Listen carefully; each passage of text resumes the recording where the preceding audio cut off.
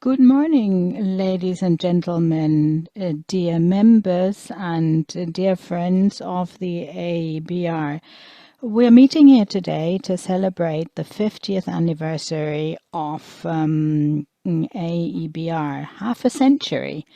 And I'm sure that the festivities would have taken another shape, but we had decided to obviously celebrate the 50th anniversary where the association was founded 50 years ago, but we had indeed expected to be able to welcome you all personally here in this beautiful castle in a physical presence meeting in order to exchange and to celebrate. Now, Corona put everything upside down, but we're all here, although most of us admittedly only on screen.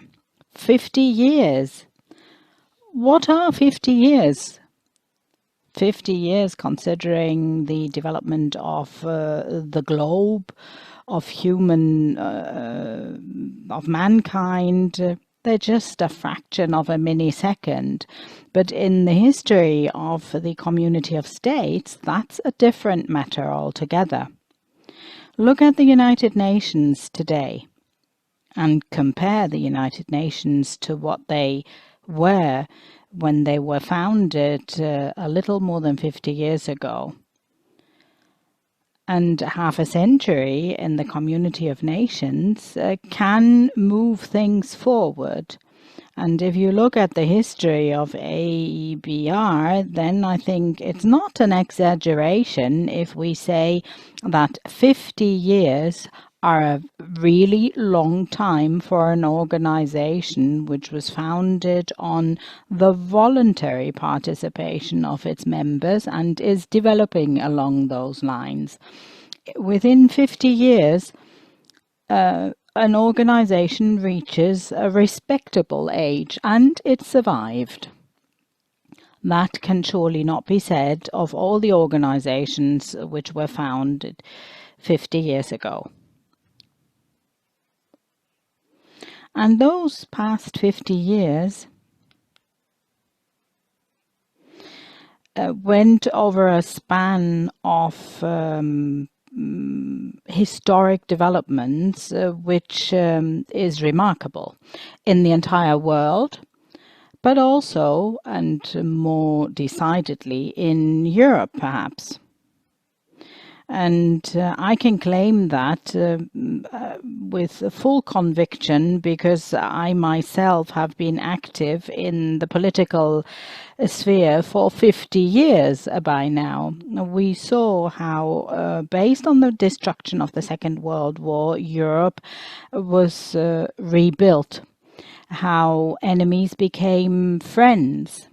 And we saw the birth of the European Economic Community, which has since developed into the European Union. The physical borders have been abolished. We have introduced the euro, and we saw that the Iron Curtain disappeared. That was a totally new era that started with the eradication of those borders. Borders are an interesting subject because the historical development is manifold, but it still goes back to one thing, and that is the phenomenon of borders. And this leads us to the core business or the reason to be for our associations. Borders are everywhere. They're present everywhere, and political borders are actually the wounds of historic development, and it means to start with a process of healing. Borders are something that you have to recognize, to acknowledge, and to overcome. And to overcome borders, At the same time, it means that you have almost Copernican changes. A change of paradigms happens when you do away with borders. You change your perspective. Existing back to back all of a sudden turns into something, some sort of an existent face to face. So the cross-border cooperation really is the basis for the European integration. It's part of the DNA of the European Union and one of the most important ingredients of the history of success of the European unification. Over the centuries, this cross-border cooperation has developed, but has also shown ample proof of the volatility. And nothing can be taken for granted. Nothing is offered to us for free, not by God or anyone else. And despite all the decades of striving for new cooperation, every onset of a crisis means that you almost immediately, as a reflex, close your borders.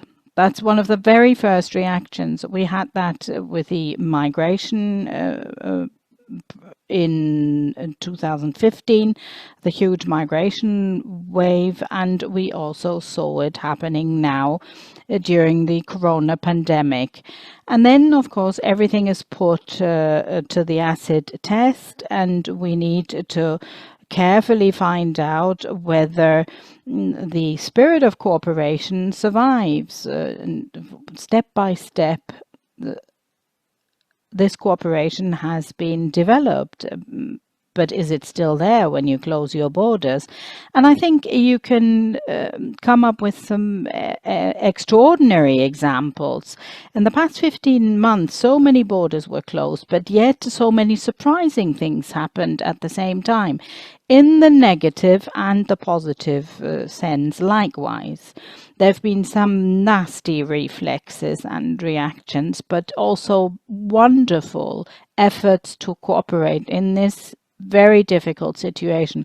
Certainly in the area of healthcare, for example, find solutions across the borders. That was possible. So to continue cross-border cooperation, you need really the engagement and the commitment of your actors and your partners. You need the instruments and the resources, and that is part of the daily work of the AEBR, and I'm sure that we will be coming back to that during this anniversary event, and we will certainly come back to it again when we have our annual General Assembly in Gelderland. 50 years of developments in the European context are exciting. We've had so many successes and also some issues, of course, and we've had so many very active and dedicated members of staff in Gronau and in Berlin. We had our contact points in Brussels and in other places, and all the staff has been fully committed. And I think that this organization has not only survived half a century, but it also flags an enormous stability. Alfred Moser was the founding president, and we only had 8 further presidents. That is quite manageable. And it's also impressive to see that at the top of the organization, we've had just 2 general secretaries, and they're both here today. And I am particularly happy to meet him, Jens Gaba. A hearty welcome to you. And Guillermo, our present General Secretary. The fact that he's here shouldn't be a surprise for anyone. I would like to thank you all all of you who have engaged and committed with and to the AEBR in the past 50 years. We can be very proud. And I think we have a remarkable performance and output that we should be proud of. But we also need to be forward-looking. There's a lot of insecurity around, and the importance of cross-border cooperation will certainly continue to exist, and it'll be a central feature of European history. And the success of this CBC will be also instrumental for other developments. So we need to continue working on overcoming the borders and the obstacles, and we will have to take up all the challenges. They will not shrink, they will become bigger and bigger. Anything that happens locally also has a national, a regional, and an international effect. And I think that after 50 years of having cooperated, I'm absolutely certain that we can even increase our cooperation internally and also externally. We'll have to consider how to even improve our cooperation with the Council of Europe, with the European Parliament, the Commission, the Committee of the Regions, because we do have partners who are fully committed to our ideas in all of these institutions. But we also need to show the proof and the evidence that we don't only want to achieve good things, but that we can actually achieve results. We should be able to demonstrate them. And certainly we should also cooperate with other organizations across Europe, scientific organizations, for example, social organizations, partner organizations like in the Border Citizens Alliance, MOT, CESCI. We already have established the cooperation and can certainly intensify it for cross-border cooperation if we use our strength in a in an intelligent way. And I'm sure, and I can assure you that we're working on this intensively. Being the president of this organization, also the chair of this event, I did something which cannot be excused, I'm afraid. I took too much time out of everyone else's time, and I'm very sorry about it, but I'm happy at the same time to moderate the debate that will ensue, and I will not say a lot during that time, because what we did is that we invited representatives of the founding regions of our organization, and they will be speaking to us and show us how they experienced the 50 years. And I would like to give the floor to Manuel Friesike, Director of the Regio Basilensis.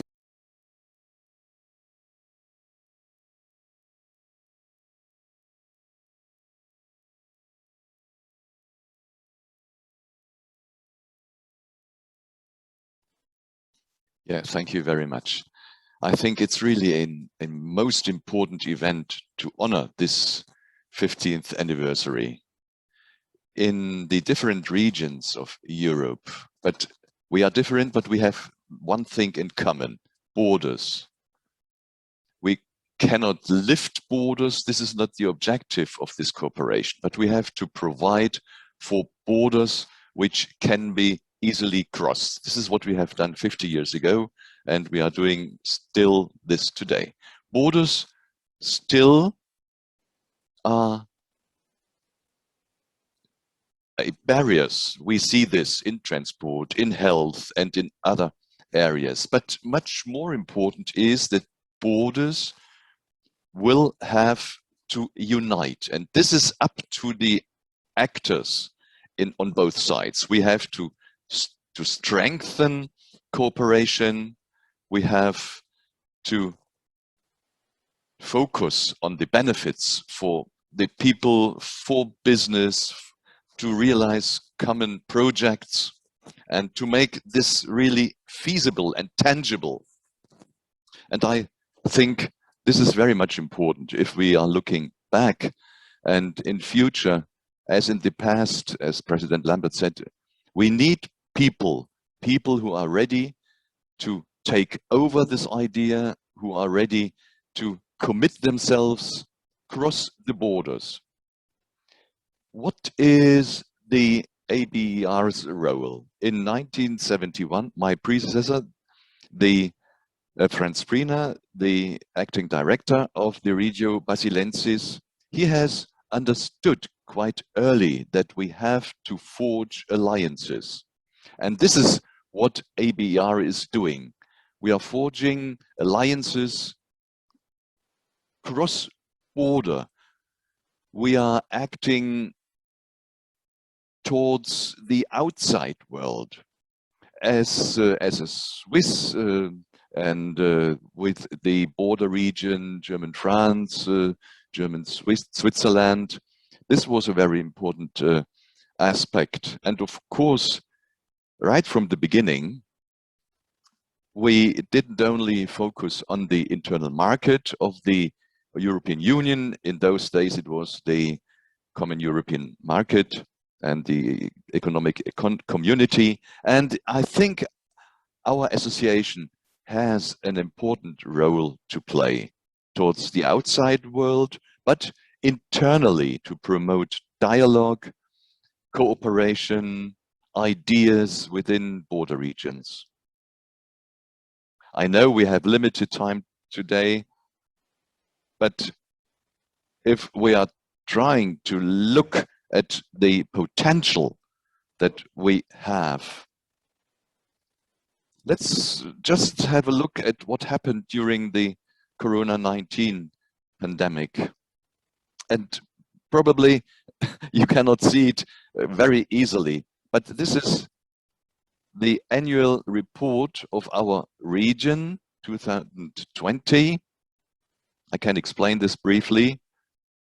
Two people sitting in a forest, and there is a sign, national border, the German and the Swiss coat of arms, and there is no goods shall be brought without paying taxes, and there are even plastic stripes to delimit the border. Two people sitting on the ground, people who have been divided between March and June 2020. And this showed the importance of borders who are easily to be transpassed.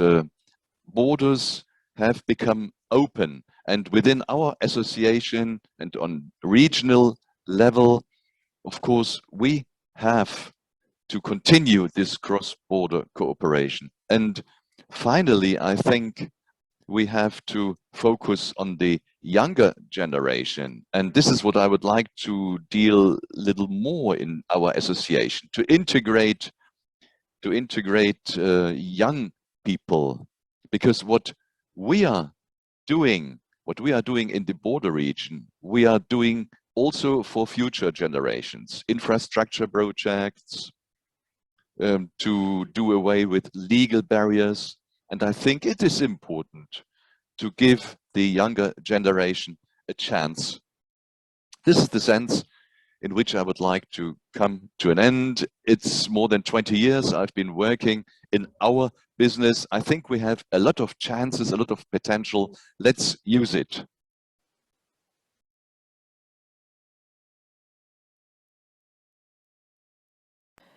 I think that is really important, the perspective of the external borders of the European Union. In the past months and weeks, we have become much more aware of it, I think. But these are very specific questions that arise in such a border region for the cooperation. And I don't want to compare one situation with another, but our friends from Russia have congratulated us on the 50th anniversary. And I think that there will also be much more need to foster the cross-border cooperation. That is a very specific effort that will hopefully be undertaken with our Swiss partners in the Regio Basilensis and elsewhere. Let me call on Siak Kams. He's the director of Euregio Rhine-Waal. Thank you very much, Mr. President. And first of all, happy anniversary for the 50 years of AEBR. And you said very nicely how very special it is that this organization was founded on a voluntary basis, and it is still there, and it's still very strong, and it makes it easy for us, or for me, to simply add that we also exist for 50 years now. It was on the 4th of May that we were founded, so 2 months earlier than the AEBR, and we were founded on the 4th of May, I think, with a specific objective to be one of the founding members of AEBR 2 months further down the line. So first of all, happy anniversary for AEBR. I've also been around for quite a long time, and I think it's a very good idea to call on the youth and to ask them what they think about the AEBR. But I really remember the AEBR since the early 90s specifically, and looking back, I think that we have had very important moments where we did exert a lot of influence. Like for the time being, we're very busy with Interreg programs and expending European funds for our cross-border cooperation, and have been for quite a long time. And I think AEBR was instrumental for that, lobbying the European Commission and the Parliament, as you also correctly said. And it is very important that Europe grows together at its borders. That is where it all started. The cross-border cooperation really is like the European Union in a small format. And look at the programs, how they developed, and how far we have come. If you look back, you now find that cross-border cooperation has really worked at all the European borders and even at the external borders of the European Union. And it has become the normal business of the day. The fact that you don't have border controls any longer, that we have one currency, that you simply cross a border without even thinking of it. I think these are achievements which are so important that many people don't understand that this can be taken for granted. And then there are some moments like the COVID pandemic, where you have to fight again for opening borders. Along the Dutch, German and Belgian border, we established immediately a task force of Corona with all the member states represented there, and they were very close in contact with the Euregio.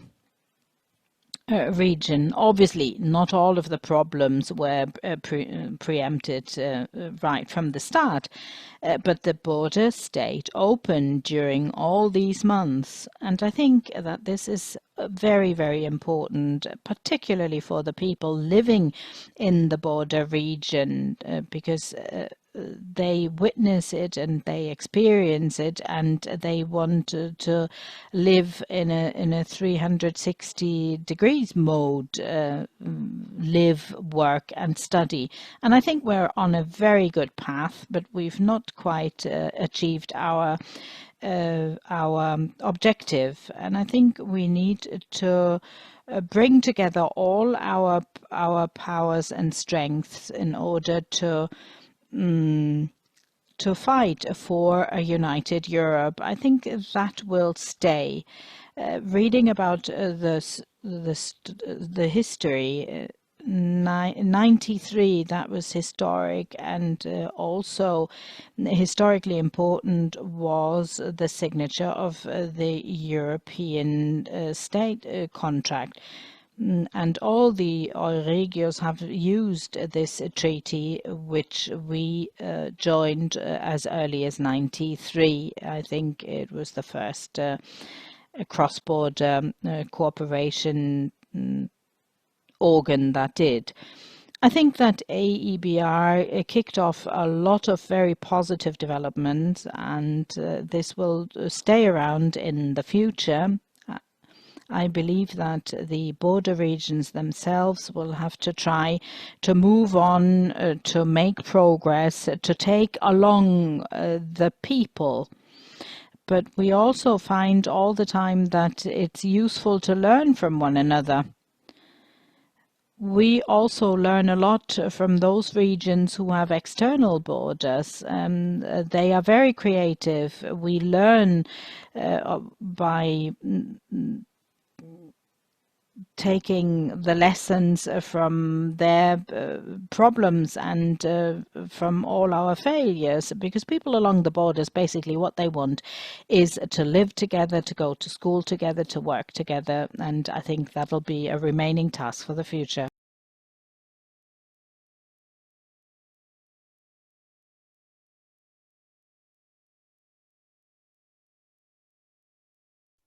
Yeah, well, if we are doing the adding, we are more than 50. Yeah, and to streamline forces, our potential to put it together, new internal borders, external borders, we all can learn a lot from each other. And of course, the younger generation will also be given a word. Young people who do not have experienced the historical perspective, but who are living the day-to-day realities. The next speaker is Bert Baumeister. He is mayor of Kuhorden and the Emsmiller region. Yeah, thank you very much, Mr. President. My most heartfelt congratulations to all of you. What could I add? Much has already been said. I mean, we have heard all the good arguments for cross-border cooperation. But if I may give a personal perspective, I grew up in the western part of the Netherlands. And then, for us, the border was far away. And when I was 18, I started my professional life, and then I experienced what the border was. It was an open, there were no barriers. It was easy to cross the border for tourism, to go shopping, or to go and find perhaps some less expensive prices for our cars. But still, and as mayor, I have the following task. I must give my people, my companies, my businesses, my social formations, my social organizations, as the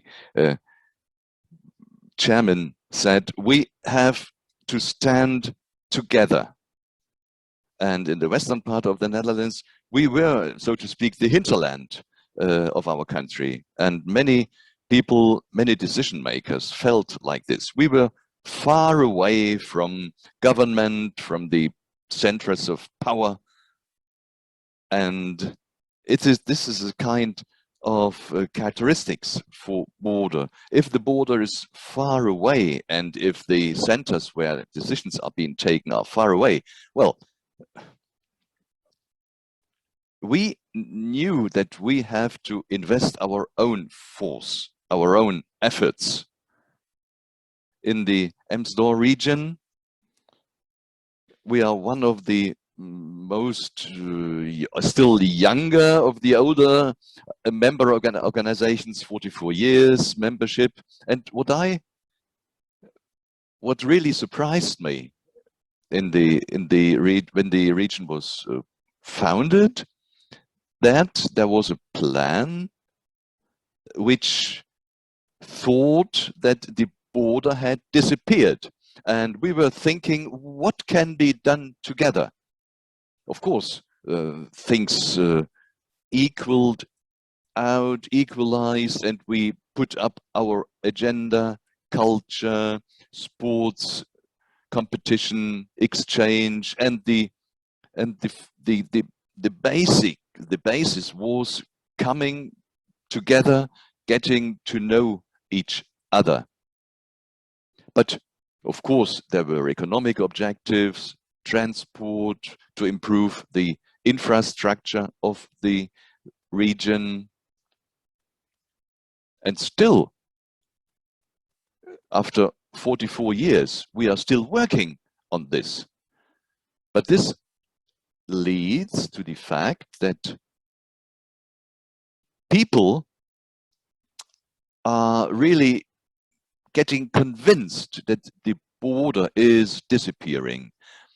The political actors are coming together, but we still have to do a lot to make the border crossing easier for people. And this refers an essential part of their lives.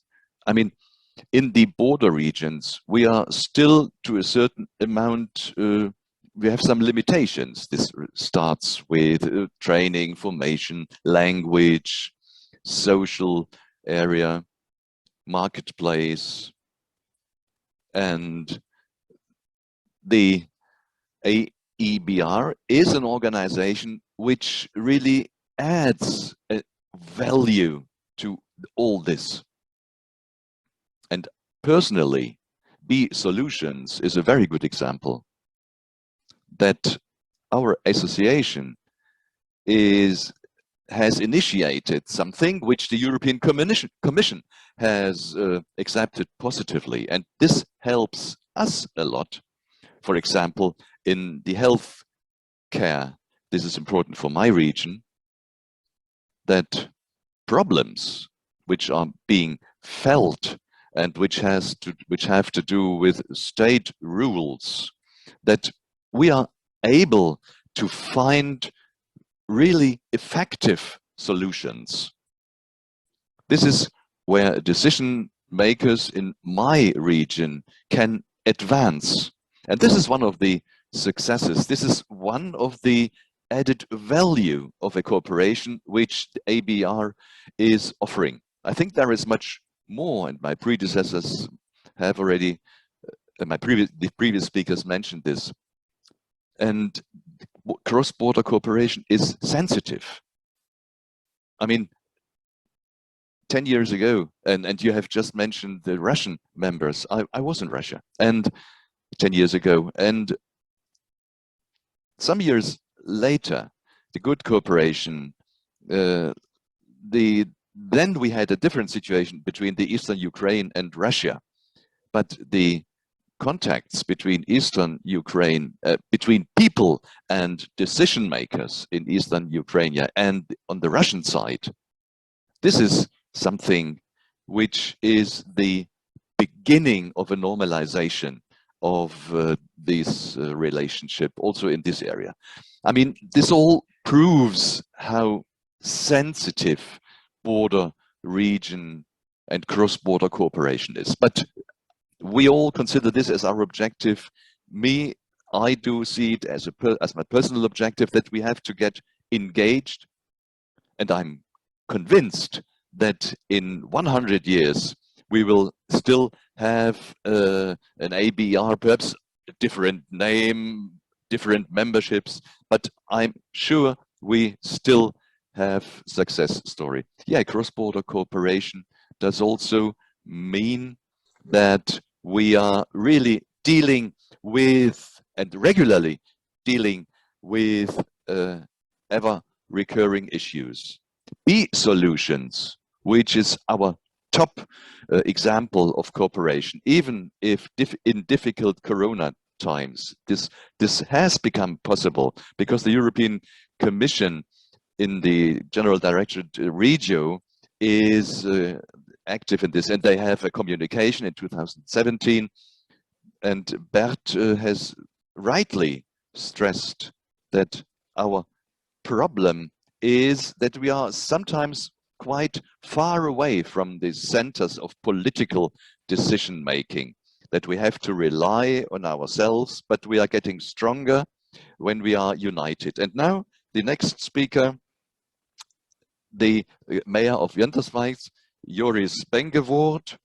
He represents a region which is called Regio. Yes, thank you very much. And I would like to congratulate all the members on the executive and all the other members on the occasion of this anniversary that we celebrate. I feel very humbled because I'm only 37 years old, so 50 years, that is, wow, huge.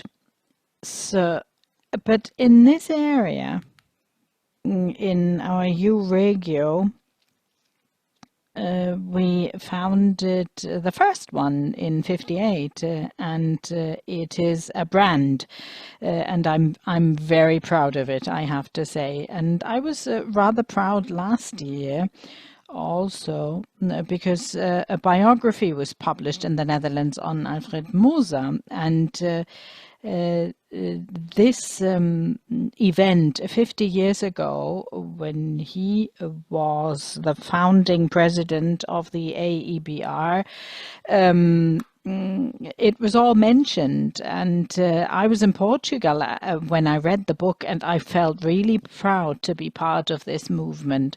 I'm a little younger than the rest of the gentlemen assembled at this table, but I have to say I am fully convinced and committed.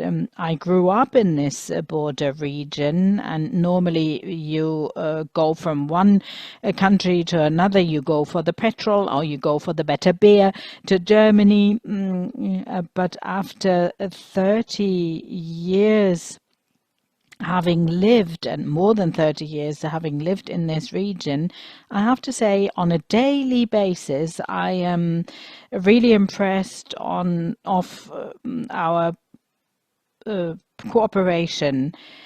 And someone else said it before me, that the border regions really are the mirror of the European Union, just in a mini format. And that is so true. We need to be able to convince our young generation that it is important to work in harmony and in cooperation in Europe.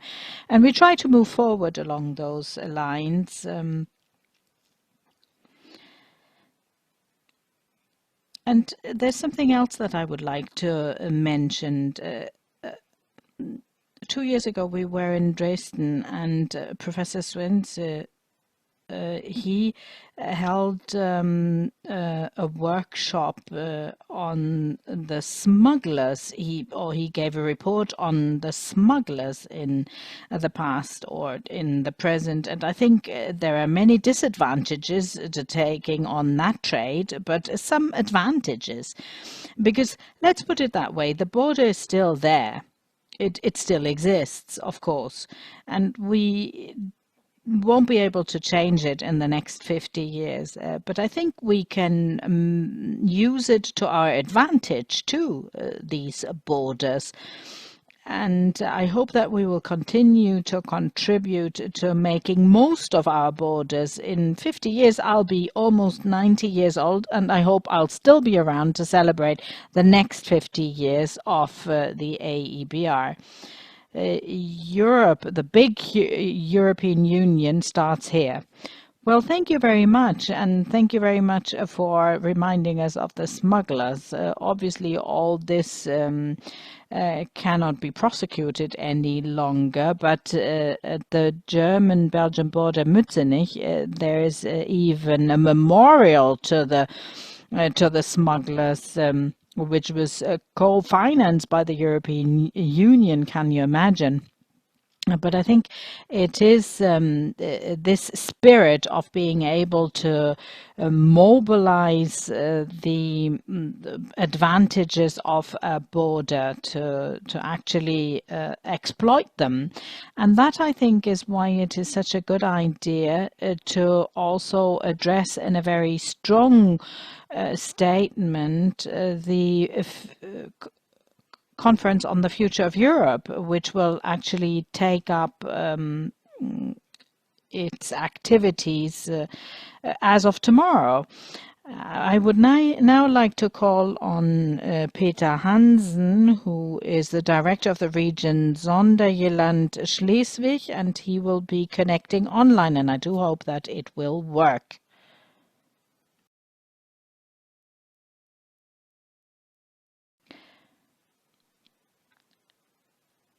Yeah, I think unfortunately, there was better now. Echo I had a very, very strong echo. Okay, I would like to send you our region greetings and congratulations. It sounds a little paradox Sonderjylland since we couldn't be regarded as a founding member, and that is a paradoxon because we were not founded yet. We were only founded in 97. But this is a very special history which is behind it. And I think it was to the advantage of AEBR. Oh, we do have a very strong echo again. Sorry, the interpreter excuses herself. We have redefined the cross-border cooperation, and obviously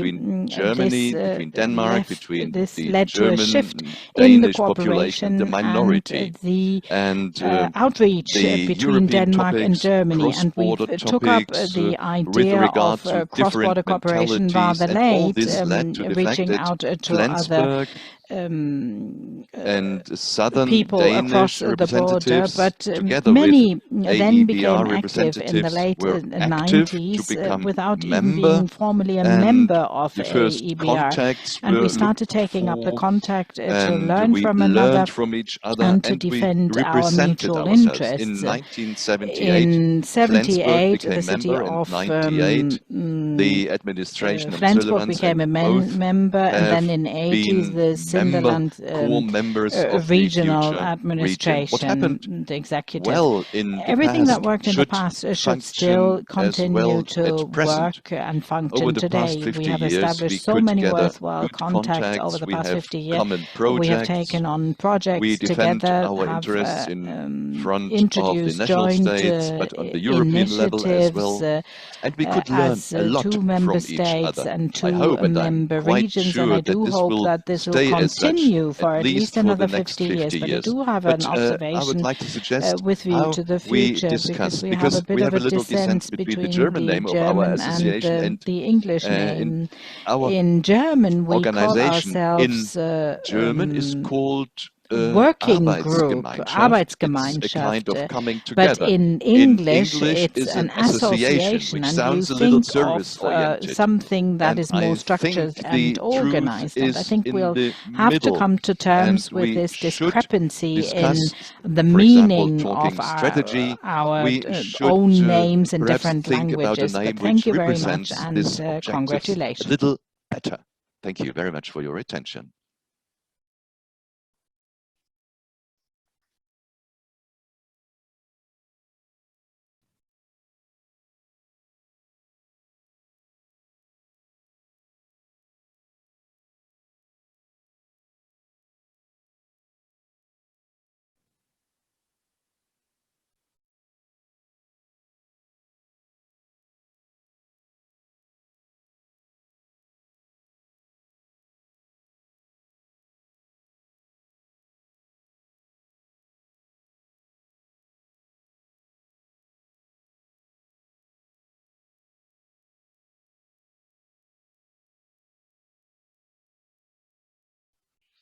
Yeah, the difference between community and association.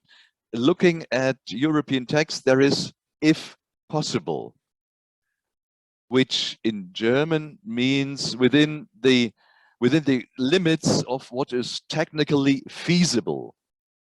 I mean, this is the beautiful aspect of cooperation, because across differences, deep into the seas, we can do something together. Now we have Peter van Toog from Gelderland. I put him deliberately at the end of our speakers list because he is the host of our annual assembly, where we hopefully can be more present and we'll have another chance to talk about 50 years of AEBR. Please, you have the floor.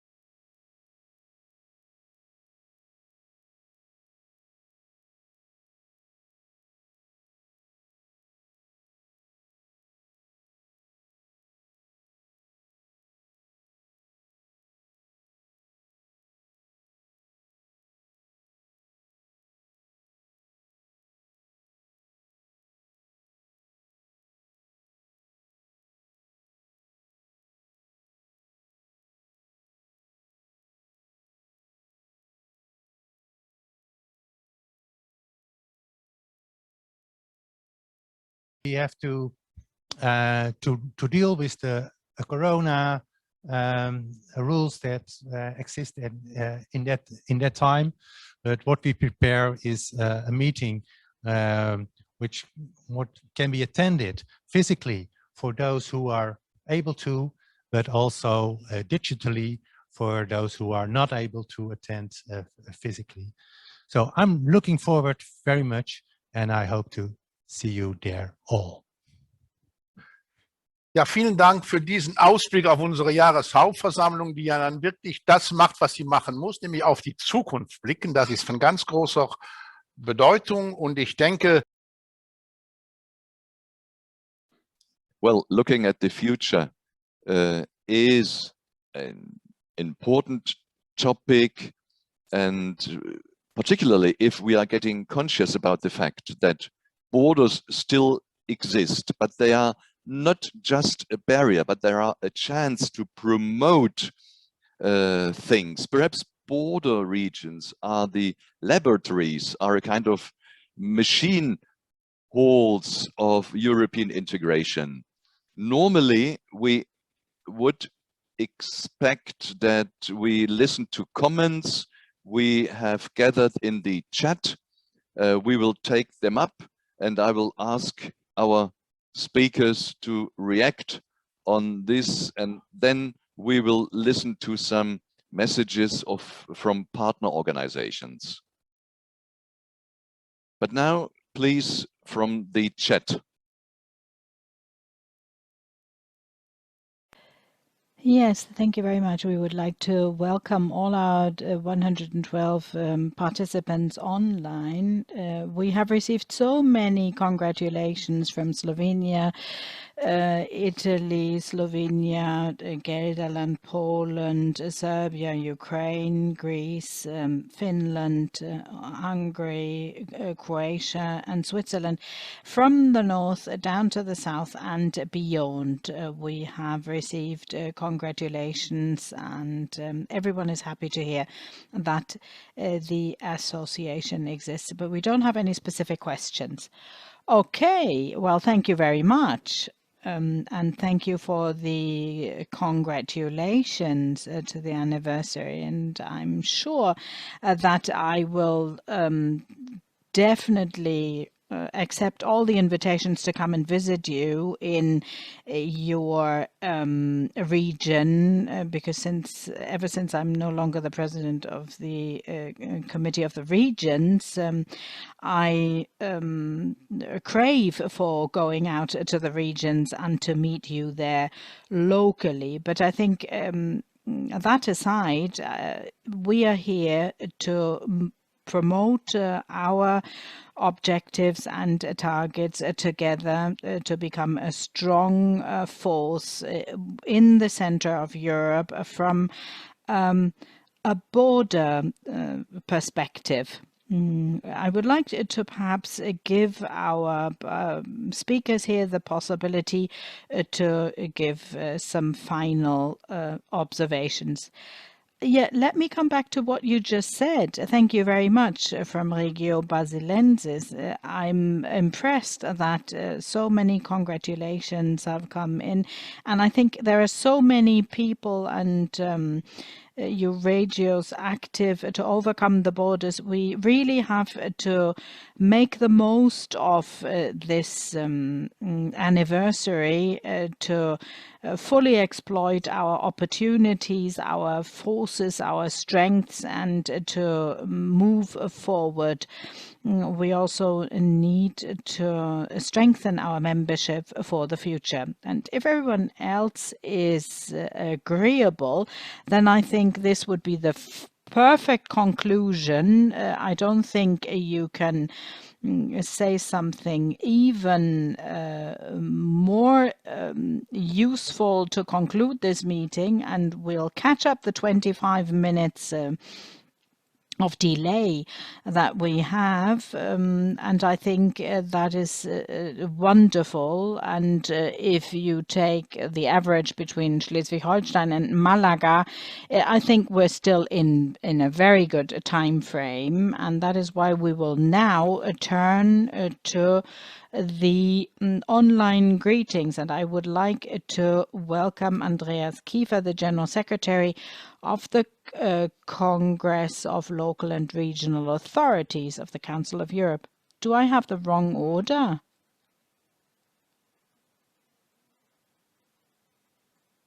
Oh, I'm sorry.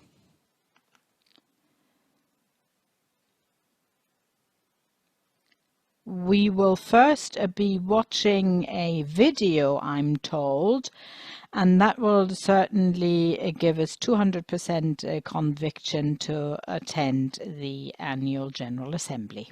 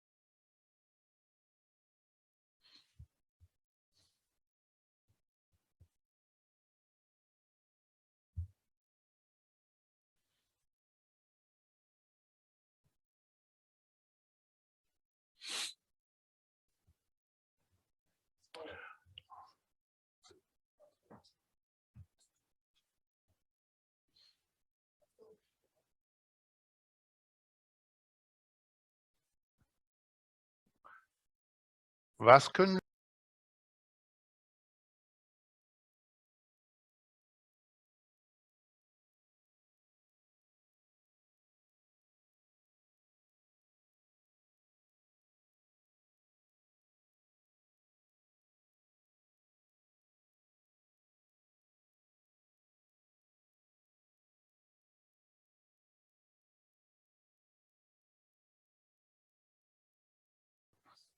jetzt kurz das Programm, dann will ich doch wieder schnell.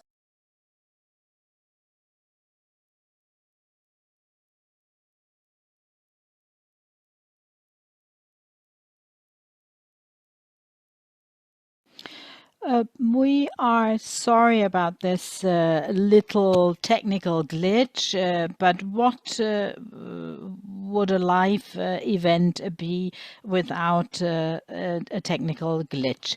So let us resume where I left you last. Andreas Kiefer, the Secretary General of the Congress of Local and Regional Authorities of the Council of Europe, will be speaking to us, and we were in touch yesterday and the day before yesterday because there's a second part of the Congress going on in Strasbourg, and I'm very happy to give him the floor. Thank you very much, dear President and dear Karl Heinz. I'm the representative of a European institution that has English and French as its original official languages. I will continue in English.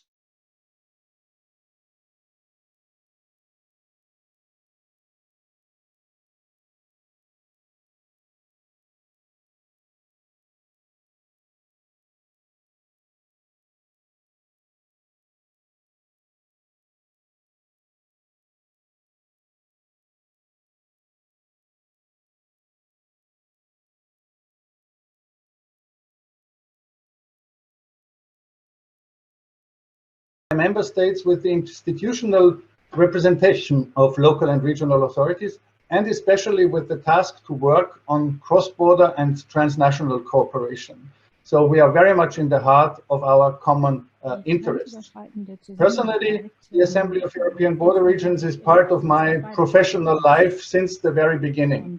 When Austria intended to become a member of the European Union in the early 1990s, we organized from Land Salzburg in the run-up to the referendum of Austria's membership to the European Union, a study visit to Gronau and to Nijmegen to check out what is the success of good cross-border cooperation. The delegation from the regional government of Salzburg and the president of the Association of Cities and Municipalities of the regions went. We had meetings with Innsgabe, with mayors, with regional representatives, and the result is from Gronau there was a lot of motivation to continue this work. And this is what we did. And I think today the Euro region Salzburg, Berchtesgadener and Traunstein is one of the success stories in cross-border cooperation. On the other hand, the second part of my professional contact with the Assembly is since I'm working for the Congress of Local and Regional Authorities. And there I was very pleased to feel these synergies between European institutions like the Congress and the network and the Association of European Border Regions. These synergies come both in personal links. We have had Karl-Heinz Lambertz recently as a rapporteur on cross-border financial relations, but also on thematic synergies. You will remember your topic in 2019 in the General Assembly was cross-border culture. And I'm happy to share with you, yesterday, the Congress approved its report on culture without borders, the opportunities for local and regional authorities from cross-border management of the cultural heritage. So we are mutually influencing each other, both thematically as well as with the persons. We as Congress will continue this good cooperation. We are reaching out to go ahead as we did in the past. In the future, we have this topic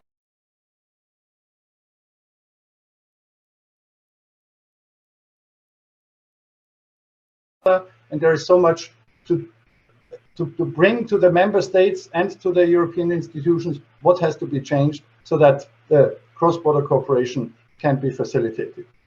And I think I would like to close with a quote that Karl-Heinz Lambertz just said when he said in the debate of the Chamber of Regions of the Congress, cross-border regions and regions in border areas are the champions of improvisation. And this improvisation shows that there is creativity. And I think on this creativity we can build on for the benefit of our local and regional authorities, but in the end for the benefit of the citizens. I wish you a happy birthday, dear Assembly of European Border Regions, and looking forward to being together with you in person in a future event. Thank you.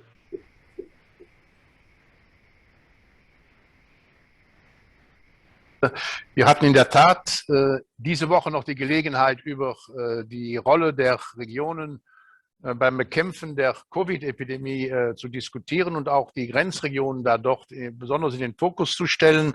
Aber grenzüberschreitende Zusammenarbeit spielt. Cross-border cooperation has ever played an important role, as Andreas Kiefer said, has also played an important role in the Council of Europe, in the Congress of local administrations, and this shall remain as such. Thank you very much for your greetings. Then we have a second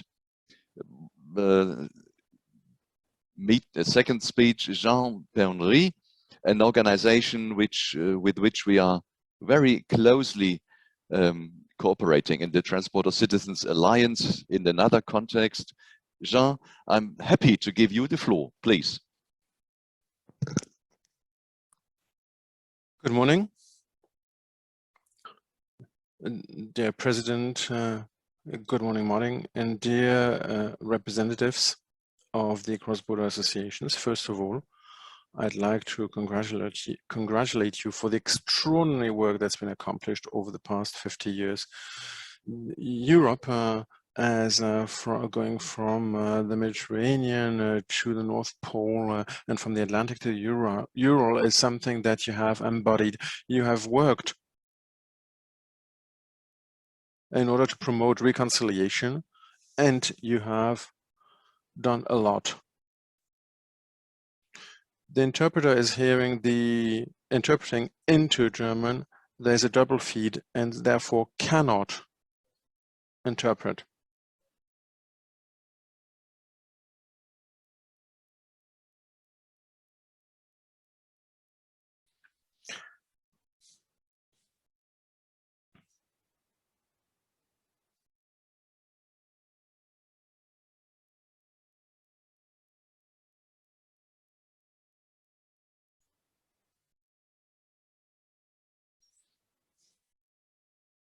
Chez les acteurs de la coopération.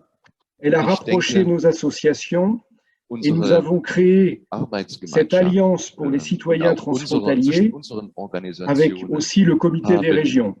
Nous voulons aller plus loin pour unir les forces de nos organisations, l'ARFE, la mission opérationnelle transfrontalière et le CESCI, nos associations et surtout nos réseaux.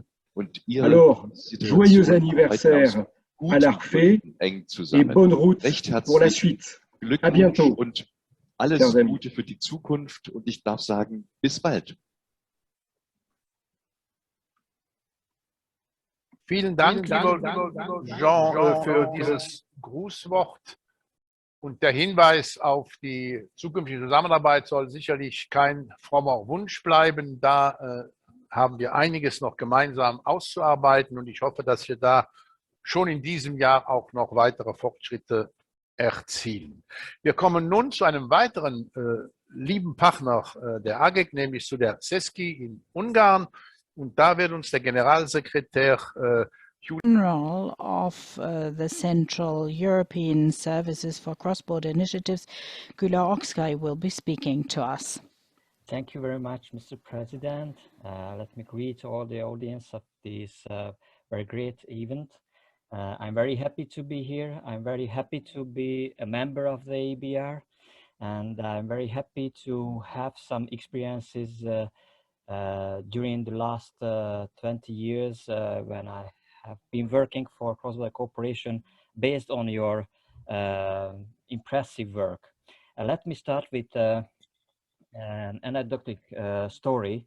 At the very beginning of the 1970s, maybe in 71, my uncle was visited by one of his old friends who had been emigrated to the United States earlier, and this guest brought to my uncle a bottle of wine, and my uncle told to his guest that, okay, we will drink this bottle of wine once the last soldier of the Red Army of the Soviet Union leaves the territory of Hungary, which was really improbable or unlikely in 1971.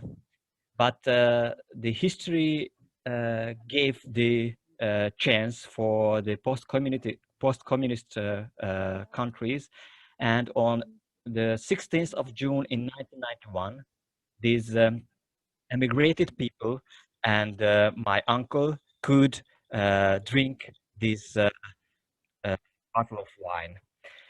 I think that this was an unprecedented optimism, and I think that in the same period of time, in 1971, the founders of the AEBR had a very similar unprecedented optimism when establishing this association. Why do I say that?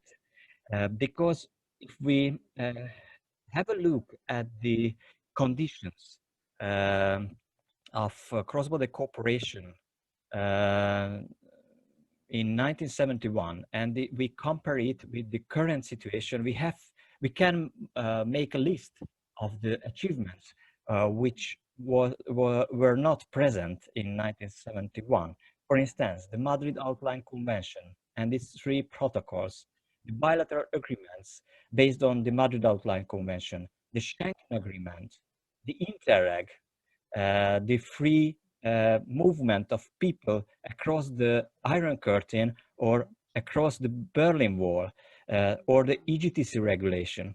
And as far as I studied the history of cross-border cooperation in Europe, I have always been facing the name of the experts of the AEBR when designing the Interreg, when designing the EGTC regulation.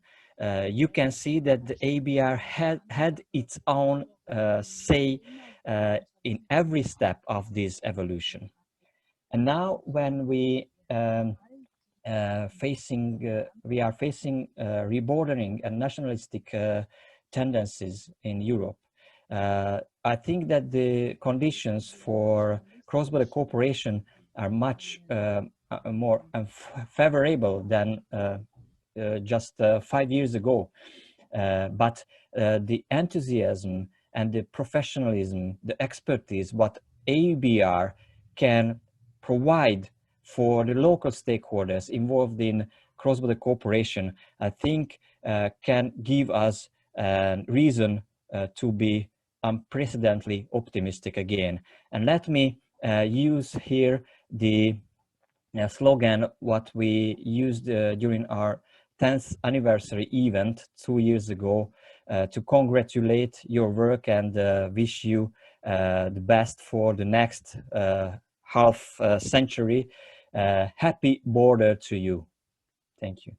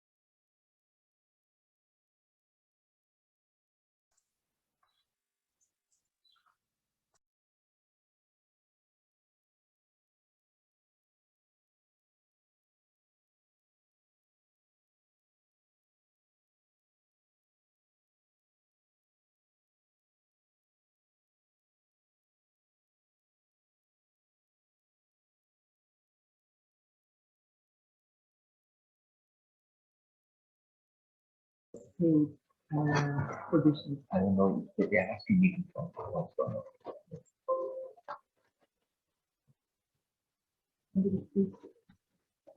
Somebody.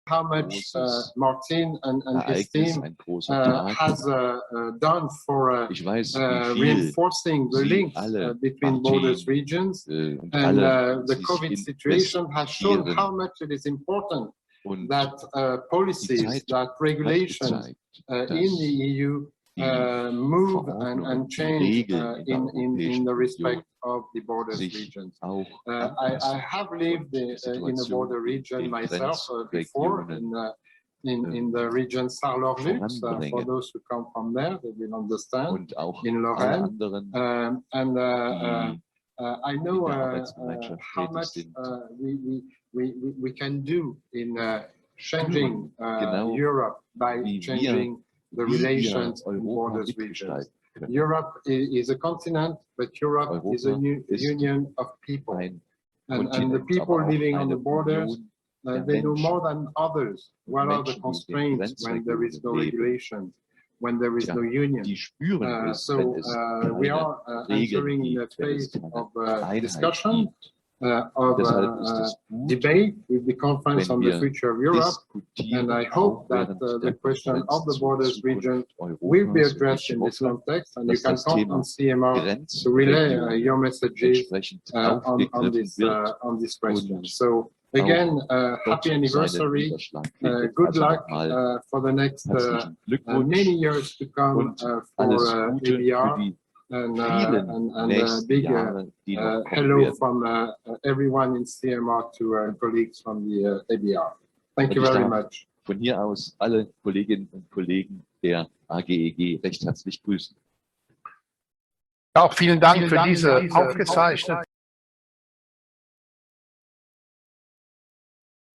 Thanks a lot for this recorded message from one of the Secretary Generals, from one of the European Umbrella Associations. We have the privilege that amongst the European Umbrella Associations, we are the smallest, but our topic is most specialized, who also covers which very sometimes special has areas, advantages. and that is has always been to our advantage. To other European umbrella organizations. We have never felt to be discriminated against. I mean, this. I represent the smallest region with a legislative empowerment, but we are working closely and effectively together, and we should continue. Ladies and gentlemen, this is the end of our first round. I thank you very much to all the speakers here. I thank all speakers connected to us. I thank very much all the interpreters. I'm aware of the difficulties sometimes being encountered. And I know it's almost a torture if there is echo in the sound. You did a wonderful job, and you will do this job as well in the second round. Now we have a little break, but perhaps I'm too fast to go into the break. There is something else to come. Right. I mean, at my age, you are prone to forget something. It's an evil thing to forget.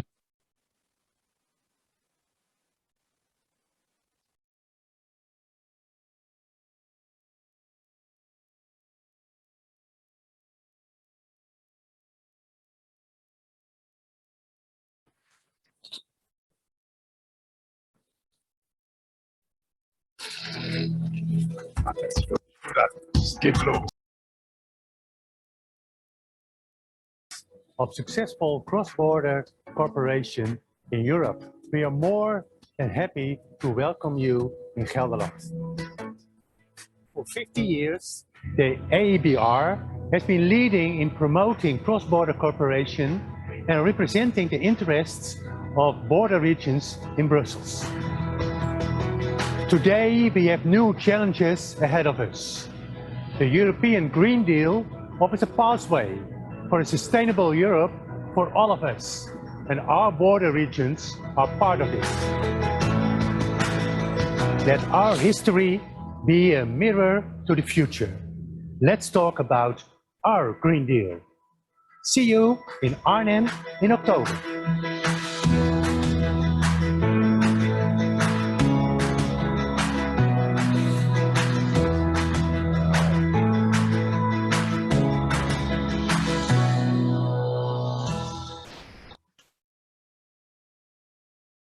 Ja, wer dann noch nicht Lust auf die Generalversammlung hat, den kann man nicht mehr helfen. To go to the annual assembly. If nobody is really keen to go there, no chance. Now we have a break, and in 15 minutes we will continue.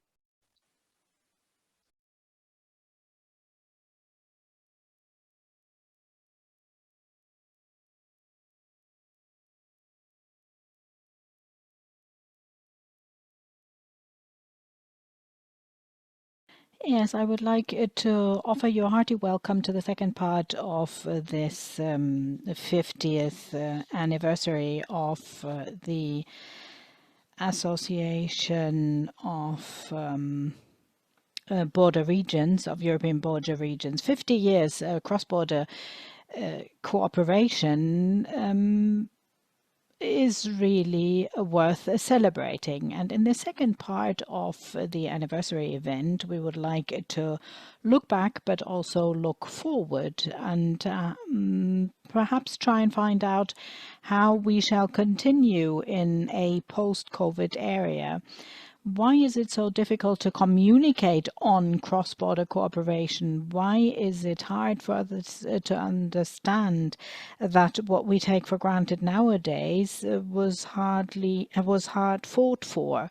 And that is something we want to talk about in this second part of the anniversary event. We will be talking to the connected journalists and speakers, but also with a guest from closer by, somebody who's here in presence, and we would like to talk about something that will probably be rated and analyzed by historians.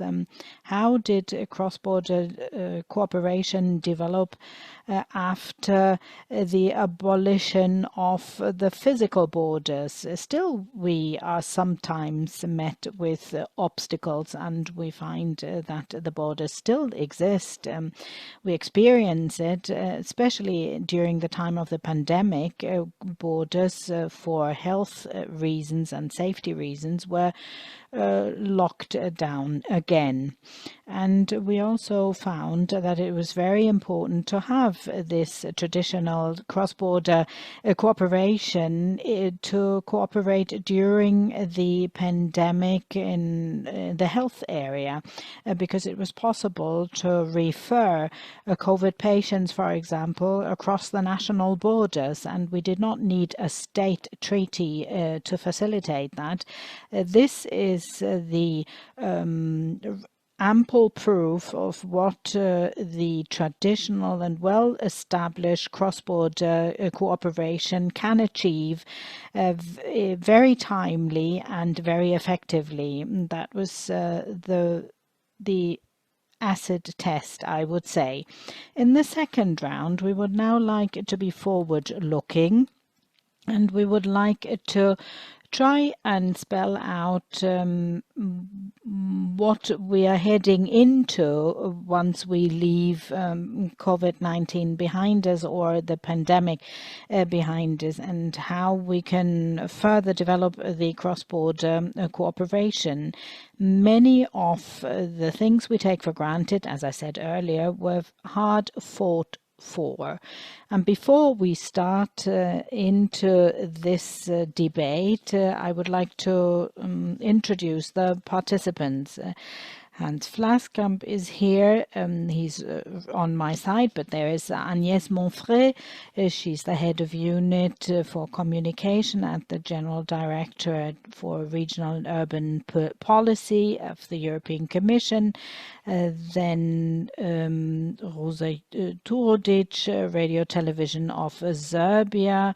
Dobodan Globlat, hello to Belgrade. Peter Schenk is here. He is a journalist with the BZ, the Zeitung für die Region Basel. And we also have Peter Berensen on this call. He works for Regio 8, which is a broadcasting station. Achterhoek in the Netherlands. I was asked, this is a piece of technical advice, to remind you to please remain in the language channel which corresponds to the language that you will be speaking in this debate. Let me welcome you. And of course, you will also be given the opportunity, as in the first round, to come in a very interactive and lively way by, for example, uploading your questions in the chat.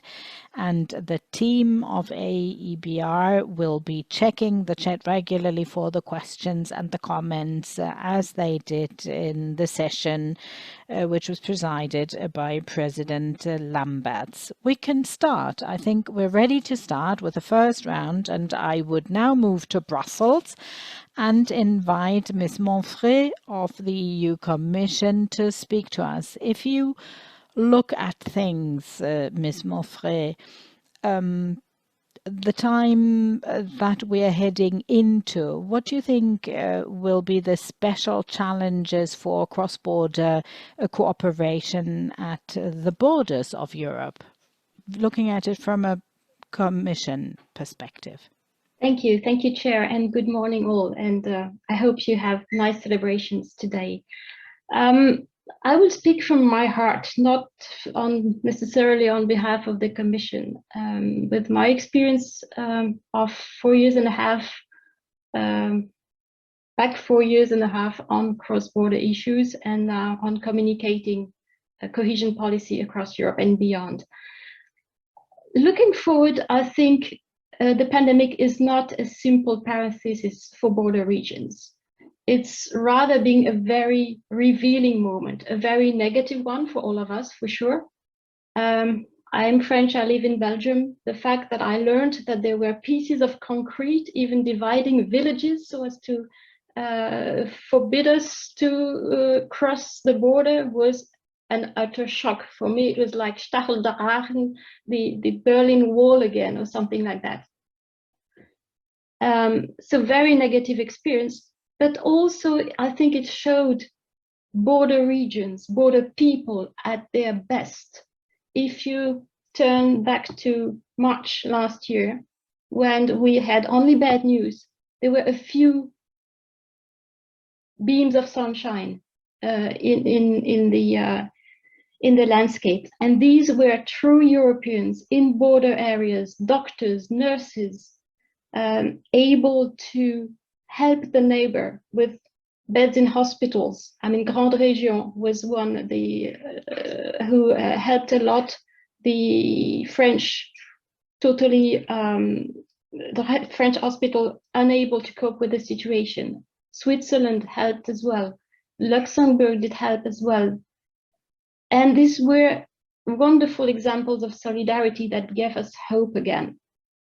Now, between the bad and the good, in general, what the pandemic has clearly shown is the reversibility, the delicacy, the fragility of cross-border cooperation, of border regions and cross-border cooperation. So what we need now, looking forward, as you asked, Chairman, is, I think, for a more structural way of ensuring that cooperation in border regions lasts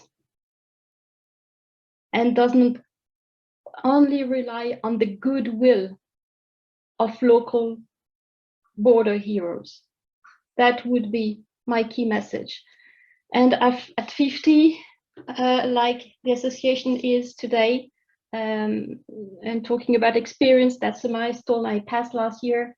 I think at 50, you know what you like, you know what you don't like, you know what you stand for. And you have no more time, no more energy, and when it comes to me, certainly no patience, for futilities, for the non-essentials.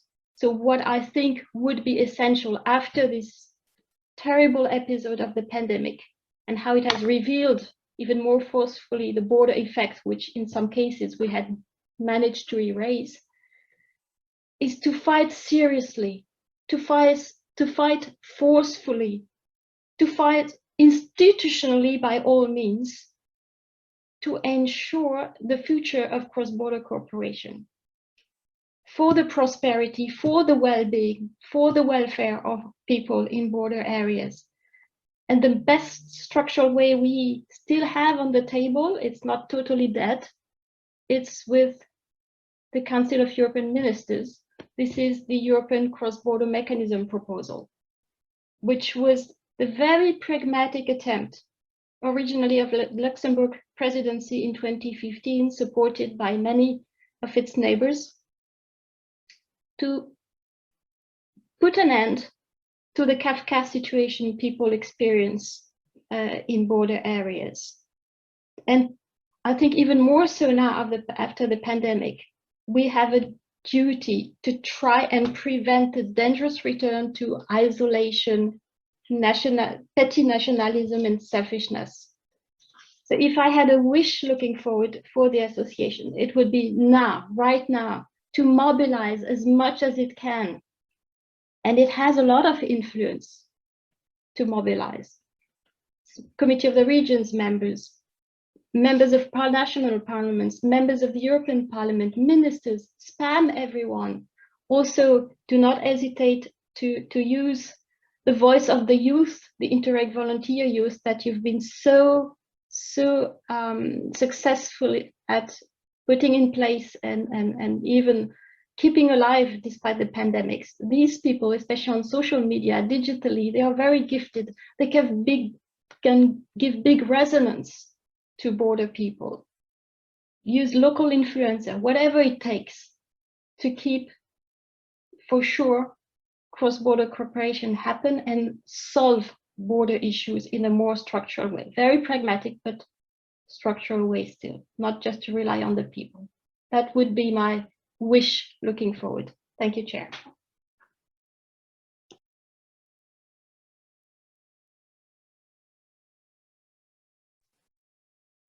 Thank you very much, Madame Monfray. So to work in a structured way on what we had experienced in practical and operational terms and what we have implemented to the benefit of citizens on both sides of borders.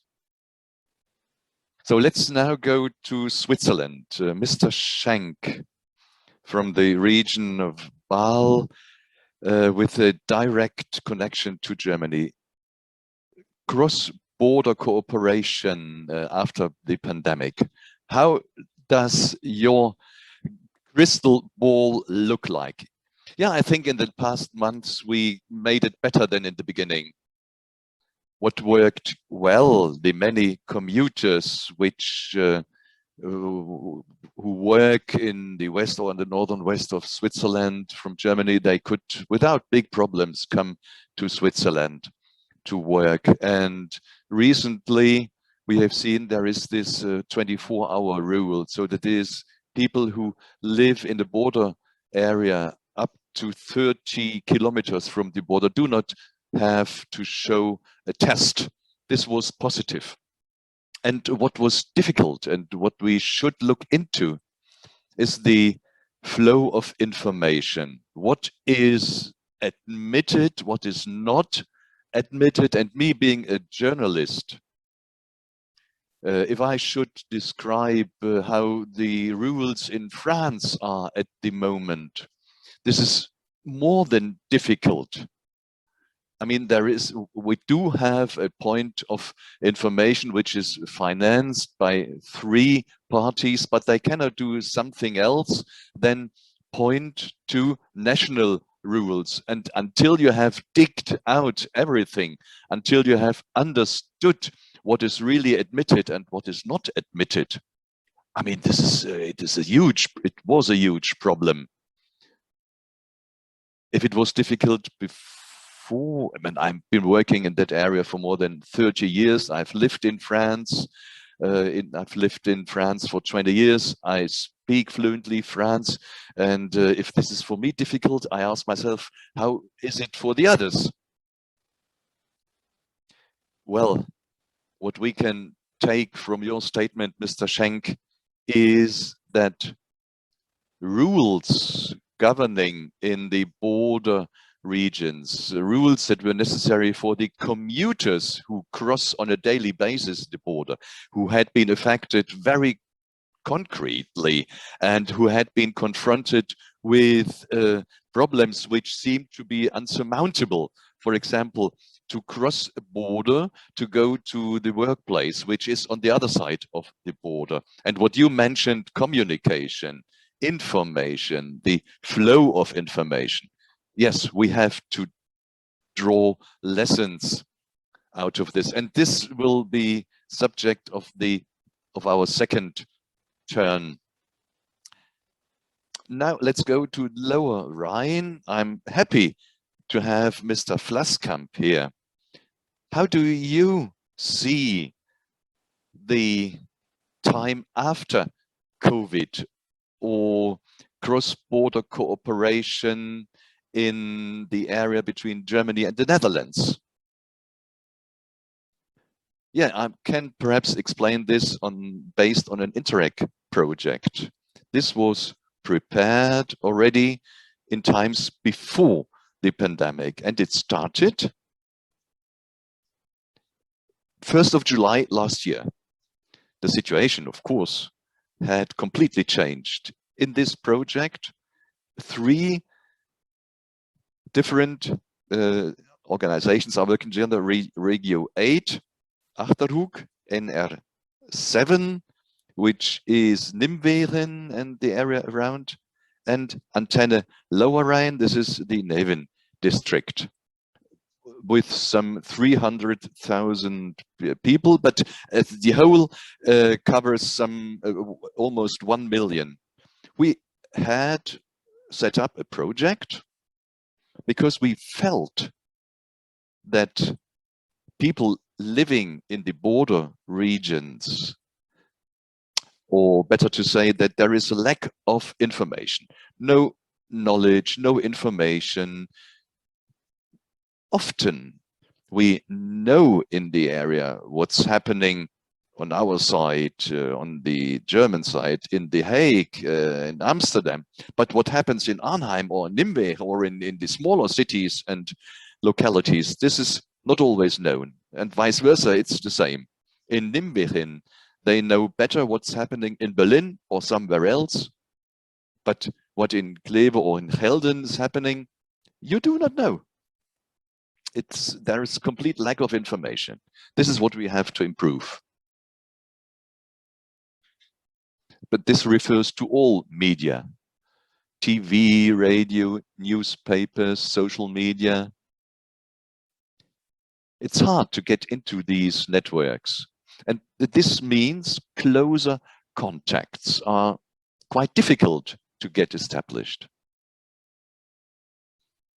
And having this in mind, we wanted to develop a project to promote cultural, social, economic cooperation on both sides of the border, to promote, to help develop this. And partners are quite different. Let's say Nijmegen, it's a university city, and then we have more Achterhoek or the district of Kleve, let's say smaller cities.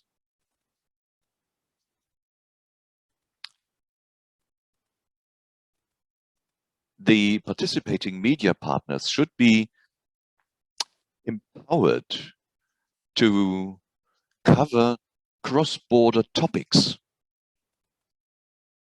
We wanted to make an offer that news are being specially prepared for this purpose and for the target groups. But of course, we had developed also some practical tools. People, for example, who are in training, who are being trained, that they know how is the situation on the other side of the border? Who might be my contact person to get the necessary information? Probably the structures on the other side of the border are different. A mayor in Germany or a mayor in the Netherlands, their functions are partially different.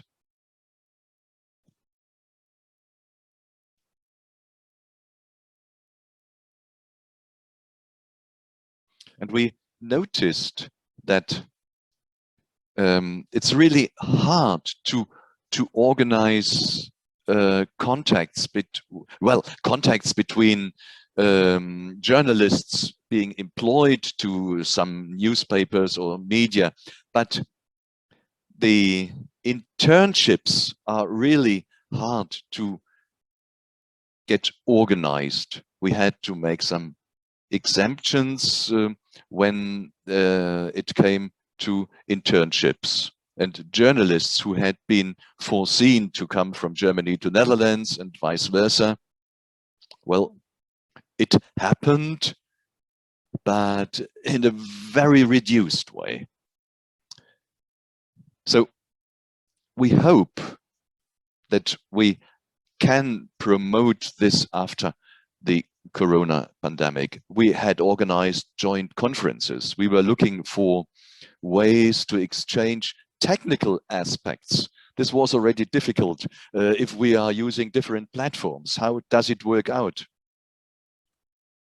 Both sides had committed additional personnel, sometimes perhaps not quickly enough. Sometimes, of course, the language is an issue.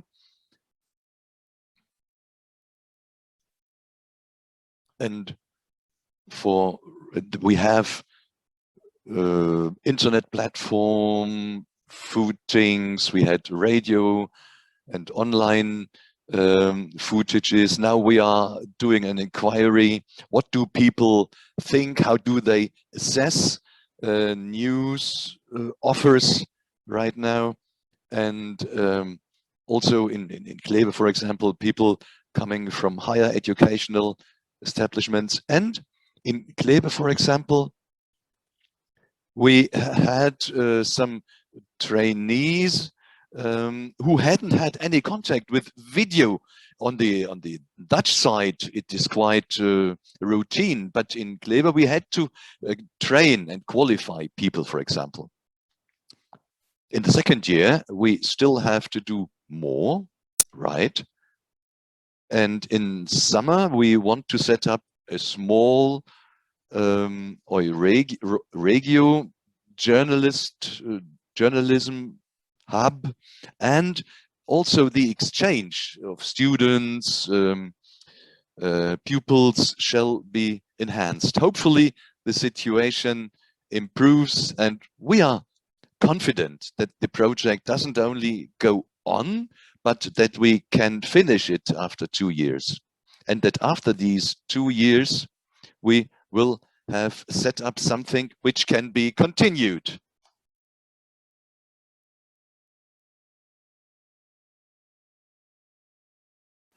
I think that's really fascinating, what you have just explained to us, and it shows definitely that we don't know enough about our neighbors, that there's so much for us to discover.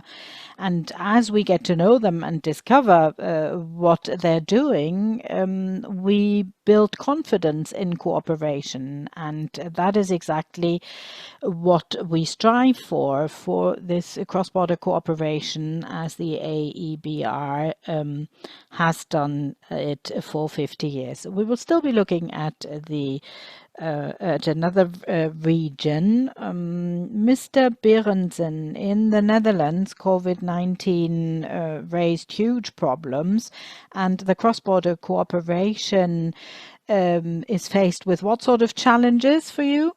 Well, thank you very much, and I would like to wish you a good day and congratulate you upon your anniversary. For the Regio 8 and Achterhoek, I have to say that the regional cooperation does not always work in a very positive way, because you feel you don't want to share too much because something might be taken away from you. And I think that must be the next step in moving forward in our project. That would be my contribution. I think it is very true what Mr. Vlaskamp said about the project, the way it works, and what needs to be improved. He has basically given my speech, if you like, so I don't have anything else to add. I apologize for my German. My English is better. Yeah, so you do also identify challenges, but you will be taking them up with your partner, a privately owned partner, Antenne Niederrhein. We would like to leave the European Union for a minute and go to Ms. Trudic in Belgrade. You work for the public broadcasting station in Serbia, and you also had to face huge challenges during the pandemic.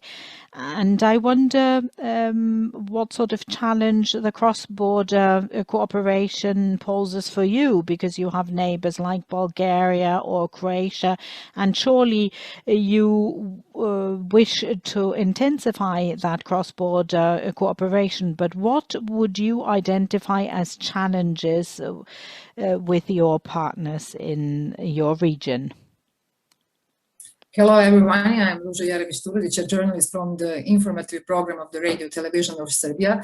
Thank you for the invitation to participate in this roundtable, and I hope that my experience regarding cross-border cooperation will be important for a wider picture of importance these projects and why it's difficult to communicate about it.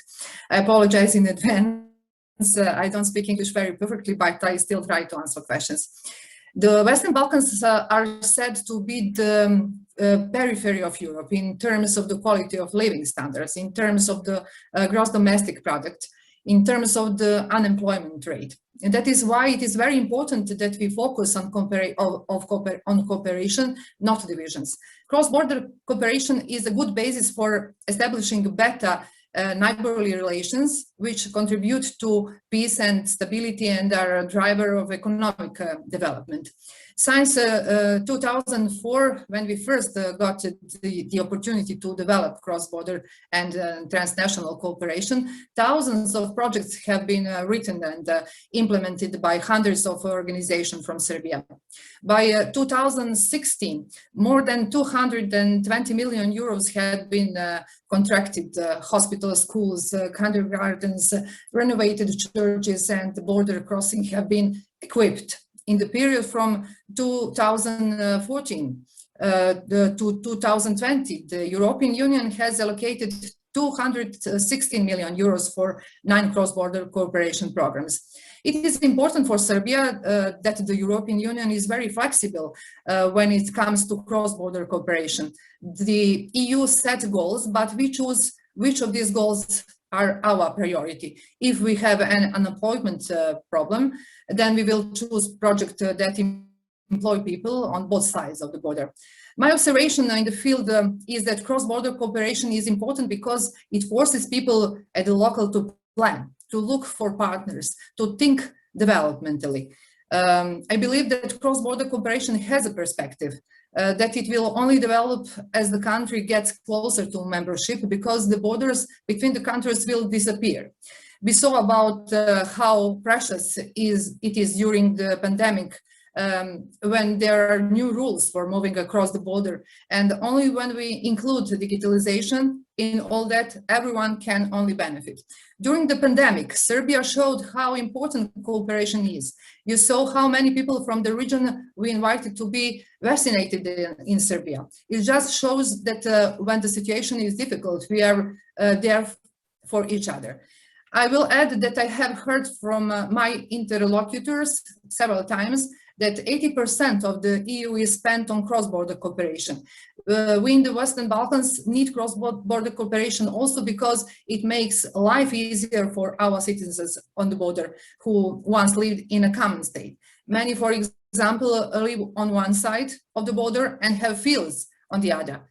As a journalist, I'm happy with the successful projects in the field. I'm happy that citizens of Zrenjanin can go directly to Timisoara on the bike path, and soon that we'll have a border crossing for cyclists.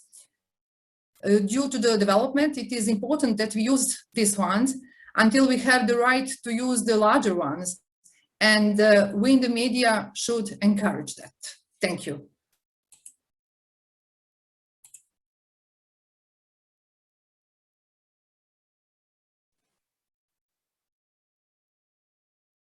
Thank you very much for the insights into cross-border cooperation from the Serbian perspective. Now we have had our first round of talks on the future of cross-border cooperation, where regions are really close to each other. Now I would like to ask the AEBR team whether on the chat we might have questions, comments to confront our speakers. Yeah, we have 2 comments. Annika Daisley, and she thanks Madame Monfray that she expresses her feelings when borders are closed and how what bearing this has on daily life. And of course, we need help in our daily life, and conditions on all aspects of life should be facilitated. Second, Natalie Haskelde, and she announces that GD Regio shall publish a report on border regions, and everybody is called upon to deepen cooperation. What we need are stronger mechanisms to cooperate, not on an ad hoc basis, but structured. In mid-July, there will be probably more information. Thank you very much. We take note of this. So these were no questions, but genuine comments.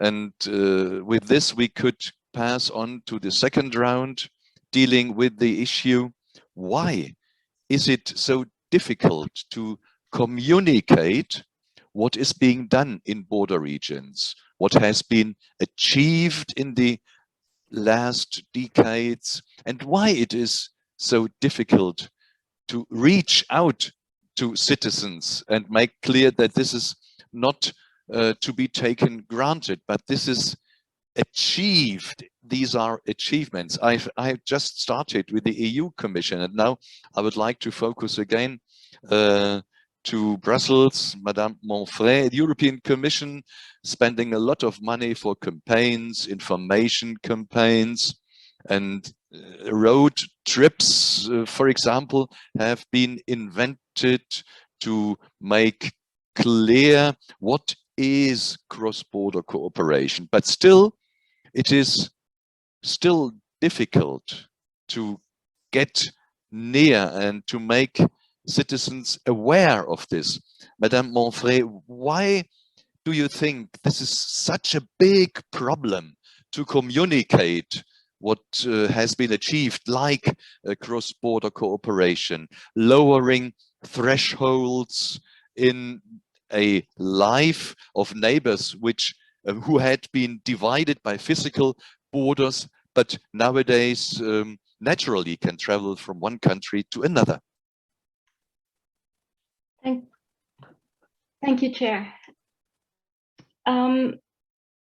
The why is not an easy one, but it's nothing new about communication. Good news are no news ever, anywhere. So rather than focus on the why and despair, I think let's turn the problem around. Don't try to tell the good news. And in border regions, I think we are very rich with issues, problems. So let's talk about the problems. That would be my first tip, suggestion. Second, let's not tell it ourselves. That's what we've experienced over the last years, doing more communication towards citizens. Let's have others tell their problems, their stories, what the problem is in a border region. And you're sitting on a gold mine of issues, Kafka-like situations. Make them known and let those who suffer from it tell them. They will be more credible than we are, because we, involved in solving the issue, it will be felt like propaganda. But if people say how very specifically how it affects their life, they will be credible, and we will move those who hear their stories.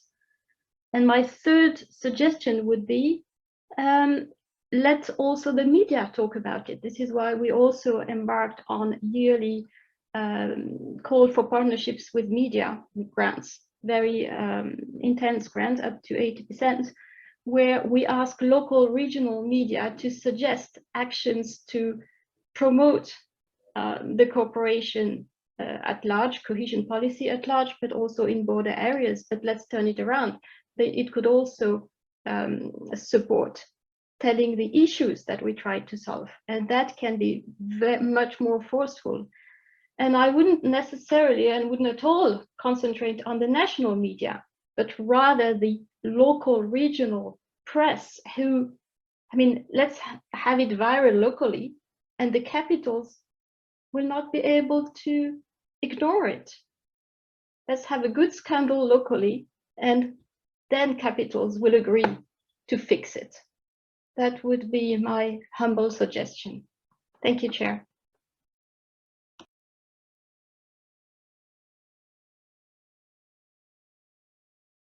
Yes, but most of the consumers of the media are located in the metropolitan areas and the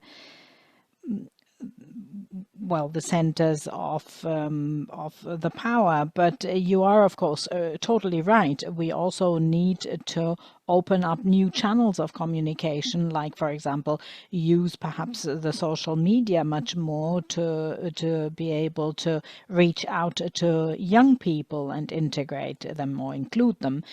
Let me come back to Mr. Schenk and turn to Switzerland.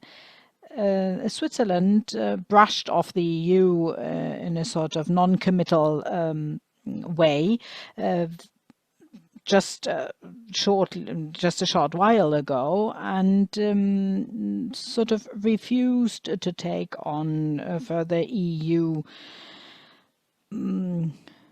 bonds. But if you report on the European Union, I presume that that is also read, and it is important to report about happenings in the European Union. Do you have to choose a new media avenues to depict cross-border cooperation as something desirable? I think we need to differentiate. In my newspaper, we did a lot on the framework contract that you just referred to, which was refused in a referendum. In Basel itself, it wasn't refused. The majority of the voters were in favor. It means a lot because of Roche and Novartis, two big pharmaceutical companies, and you can write whatever you like and fill pages after pages, but the end result will be a different one than what you perhaps intended to achieve. That's a different story altogether. But let's return to the cross-border cooperation. I think it is extremely important to be very concrete. If you have institutionalized projects, for example, like we have a trilateral conference in place. For me as a journalist, it doesn't offer me much food for my articles. It has to be something much more concrete, like, for example, the tramway that goes from Basel to Weil on the Rhine, or from Basel to France and on to Saarlouis. Well, then that is something extremely concrete. You are completing a transport line which crosses the borders, and this is well received. The big difficulty for us in this local area is that we still need several different tickets to use those tram lines, because the different systems for public transport have not been integrated. We now have a new price scheme for EU transit lines. This is being established and rolled out, and it works well. You can travel to the south of Baden. You can go to Alsace, for example. Alsace. I do understand that it's slightly frustrating when you fill pages and pages and then the result is something quite different from what you would have liked to see happening. But Mr. Schenk, do you have a problem with writing up stories on Europe and then have it accepted by your head? Well, it does have to be a story, you see, a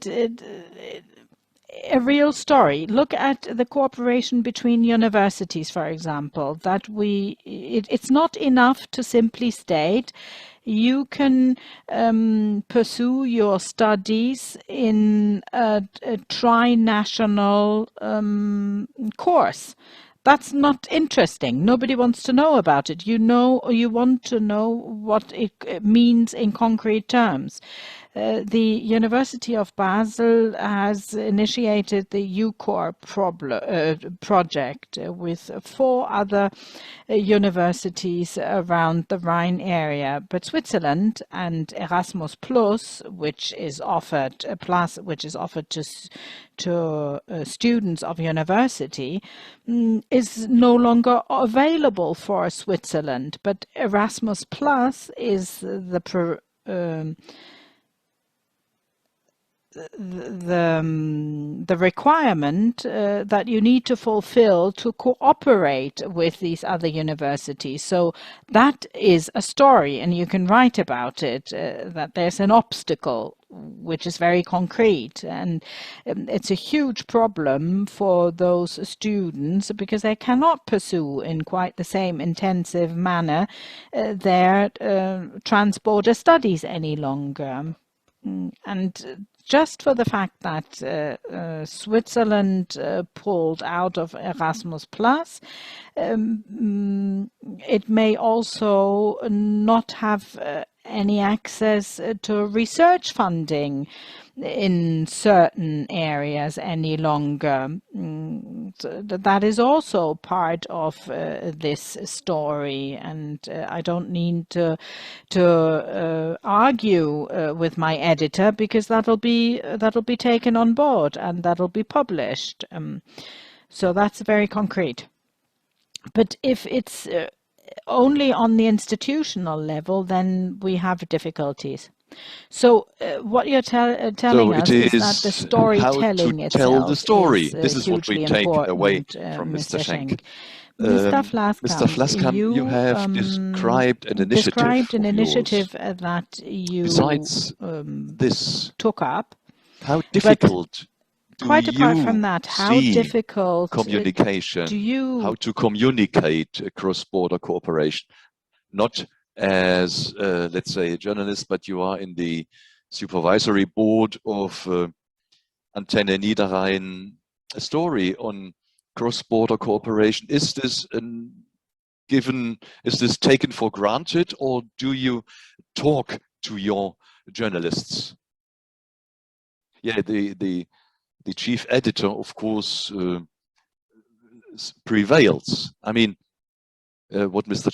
Schenk says, there must be a story behind to have an interest. This is not always the case. I mean, if some journalists propose some subjects, and well, we from time to time we refuse such proposals. But I think we are still further apart, and the cooperation with different stations, well, proved this. The world is much more different as we can imagine. We are close to the border, we cross the border for shopping, etc. But once you have to cooperate closely, like in such a project, you notice, oh, it's getting difficult language-wise, we have to do something. But structures are much more different than we have imagined. And something is absolutely unknown. You believe to know, but in practical terms, you notice that it's risky to take same structures for granted. The media landscape has a different structure, which doesn't necessarily facilitate cross-border cooperation. In our case, we are a commercial radio. In the Netherlands, in this regional structure, you have public stations, and both structures, to make them fit is not easy. It's never even easy to get accepted into an Interreg project, because a commercial business is not possible. But since we have an association which has the license, so we can do something. But this makes it difficult with our commercial partners, which normally finance our radio. So it's getting difficult and complicated sometimes. And sometimes ways are much longer in Germany than in the Netherlands. And this is not always understood. We have to coordinate much more. And let's say, if a news which is important in the border area might be transmitted in Gelderland or even in NRZ. So we are structures which are very different, because on the national level we are a crouching terrain of public media. So it's really a different pair of shoes. And even within the stations, structures are different. Those who are employed, freelancers, rates, remuneration, which are normally not a problem, but if you work together closely, this might cause some problems.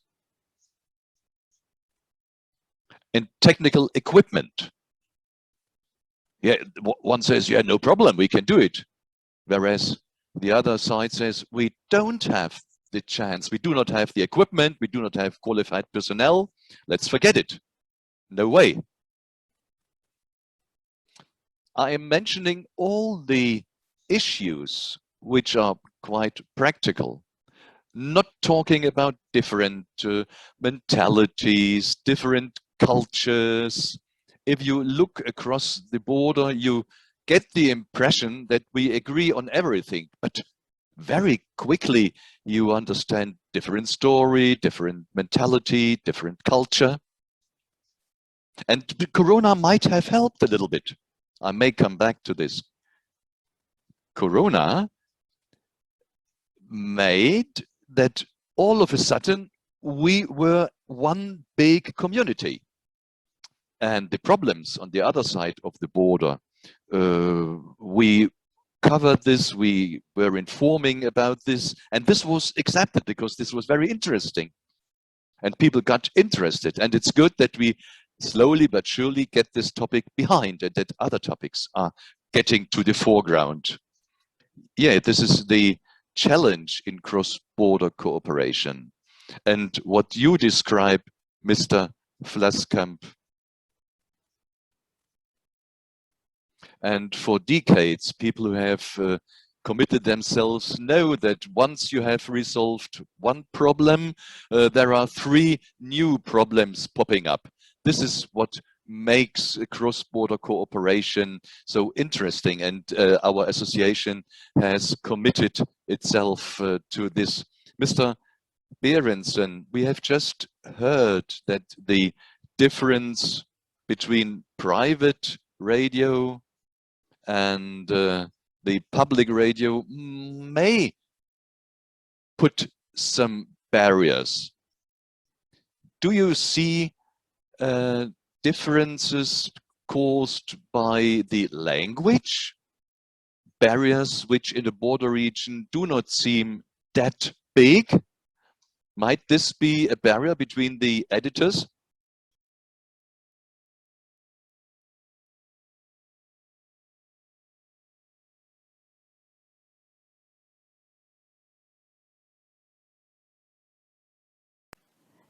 Yes, the journalists are young people. Some of them manage German. Most of them can work very well in English. And you find that on both sides of the border. The young people in Germany also have a good command of English. Mr. Vlaskamp and myself were both more than 50 years old, and I learned German through Sendung mit der Maus. And I think that is also quite telling that the cooperation between Antenne and us at the management level was really not a problem. That went really fast. The Dutch are very fast. Once they've decided they want something, then you set it up. And the Germans are a little slower. But when the Germans advance in the cooperation, then they overtake us in speed. It's quite remarkable. I think we simply need to learn about each other's character. It's like intercultural education. You learn something about the approach in the Netherlands, you learn something about the approach in Germany, and you suddenly understand, well, the Germans have a totally different approach, and that is a learning process. I think that's really quite exciting, what you're telling us. And let me return to Belgrade. And I would like to ask Ms. Todic once again, working at RTS, do you have a problem with selling a story on cross-border cooperation to your editor-in-chief, to have it broadcasted? You talked about the huge amounts of money that were made available in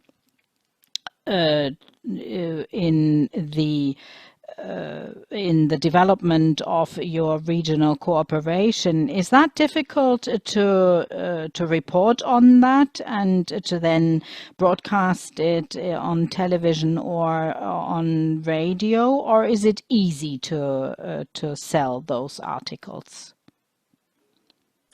I'm a news editor on RTS, but I also work as a reporter and most often follow European integration. Since I do both jobs, so I report, but also order reports from other reporters.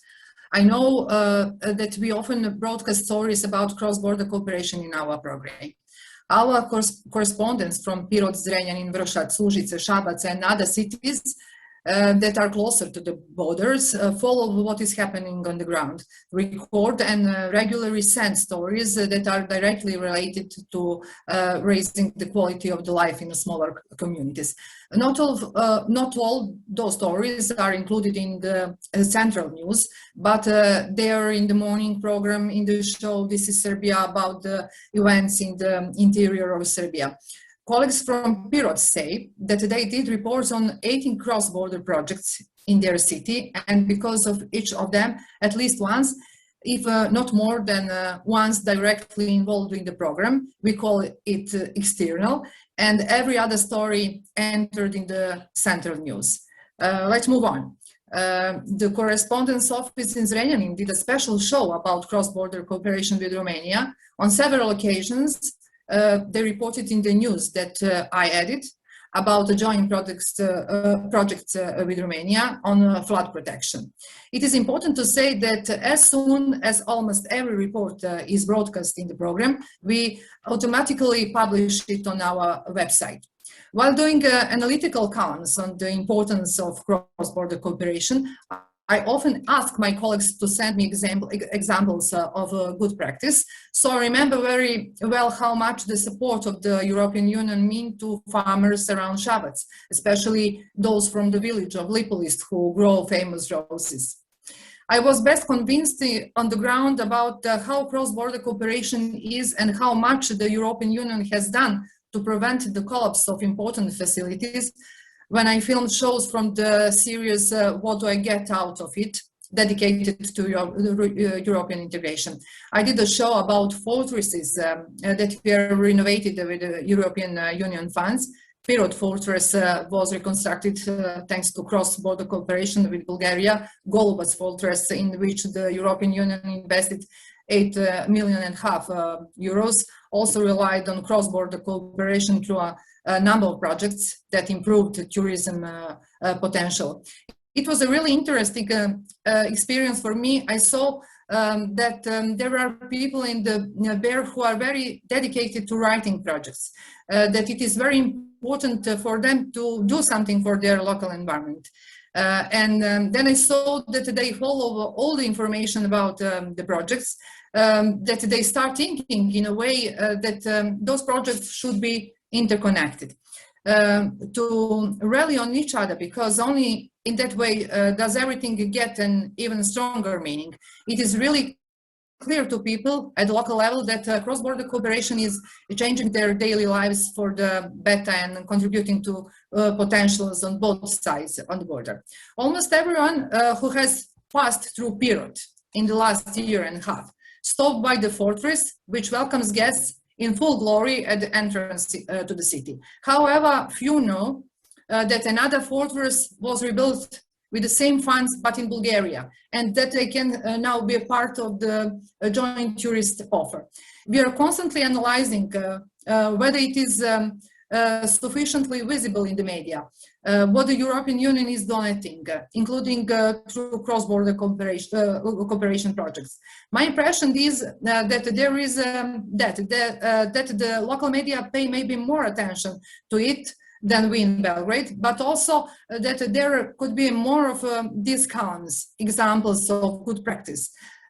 Recently, an economist told me that pre-accession funds are not a significant amount of money for Serbia, and that they are not of great importance for our European integration, because we receive about 200 million euros a year from the European funds, which is only 1% of our budget. We get more per year for our diaspora. It seems that the state is more focused on foreign investments. There are more events on that topic than in connection with the pre-accession funds, and the journalists report on their activities. Also, the question is how much media houses can financially cover the reporting on cross-border cooperation. So much from me in this part. Thank you very much.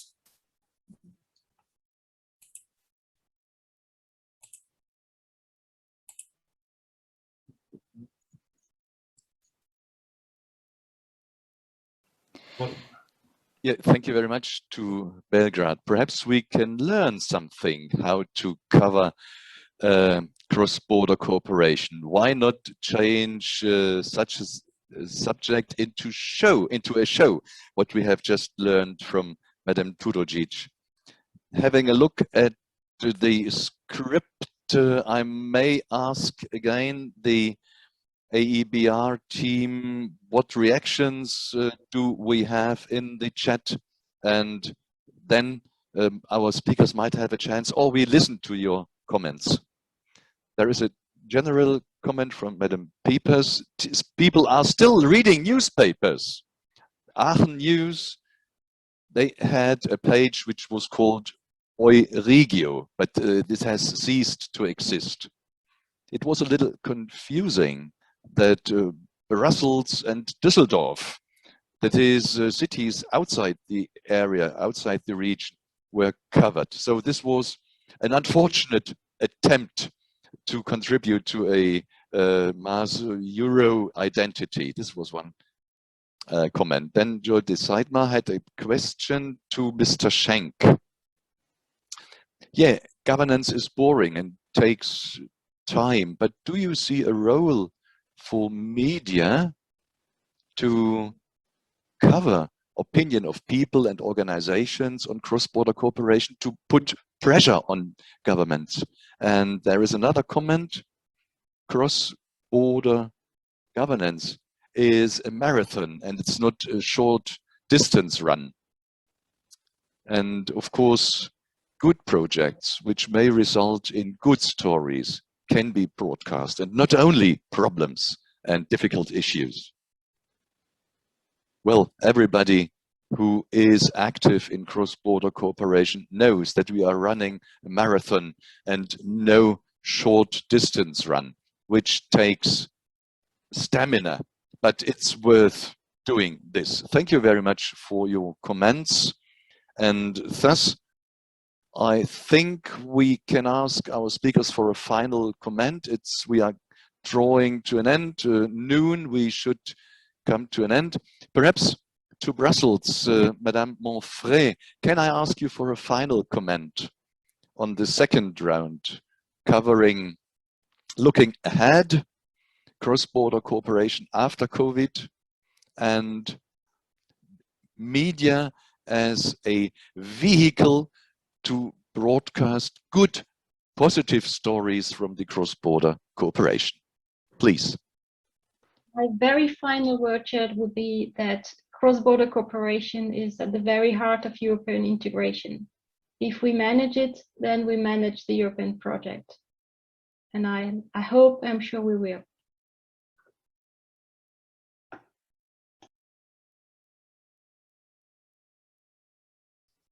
This was a very positive comment.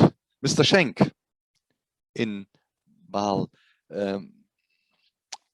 well, looking outside the European Union, but still a very intensive cross-border cooperation with different partners. Yeah, my best experience I made with something which is called My Life in a Country of Three. And this gives me a chance to write about positive and negative aspects. And it's a kind of, let's say, a box or a container where I put my negative and positive experience into.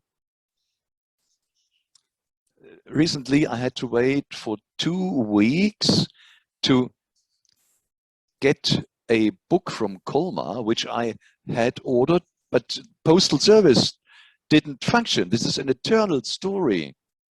And another topic many years ago was the counter of SNCF in Basel main station was closed down. And then I compared prices for news, for magazines, let's say Geo, you buy at the central station in Basel, you pay 5 or 6 euros more than buying the same product in Lörrach, for example. And some years ago, the night train from Strasbourg to Basel was abolished, and the last train was 2121. And Euro Airport, another topic. This is the international airport where you always were kicked out of the internet. So for print and online media, such columns are a very proper instrument to describe. And I'm glad, I'm happy to continue to do this. Well, happy to hear this, happy to hear that there are enough interesting topics to be taken up and covered in your media. Mr. Vlaskamp, short final comment. I have just mentioned problems. I mean, problems are important in cooperation. But cooperation doesn't work if you are not curious. And that we can find joy, that we can even enjoy ourselves experiencing differences. Sometimes you can get happy about surprises. Sometimes they offer more work, but it's a good experience to have. And this is what we need. And perhaps, Mr. Berendsen, on the Netherlands, perhaps in your final comment, might you describe briefly your comment? My perspective is that project funding, Regio Interreg, works fine. But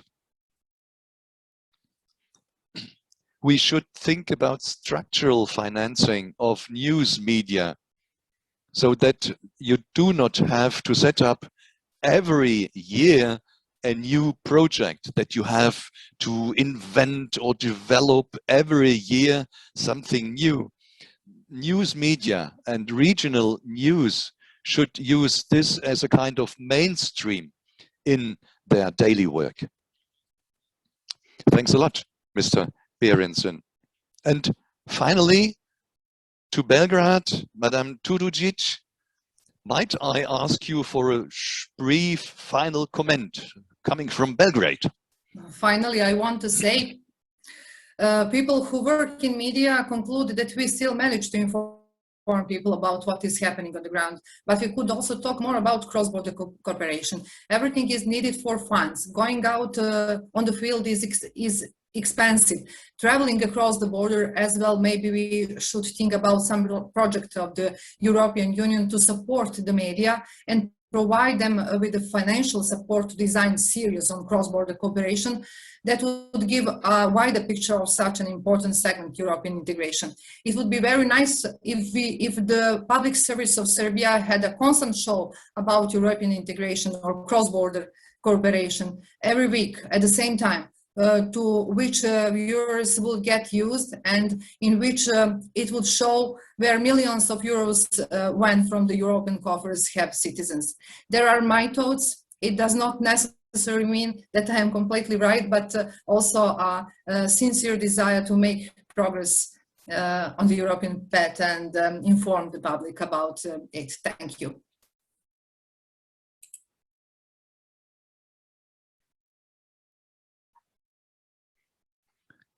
Yes, of course, this is in all our interest.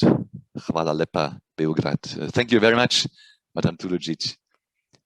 So we are coming to an end of our second round on the occasion of the 50th anniversary of AEBR, 50 years in the service of citizens, in the service of cross-border cooperation.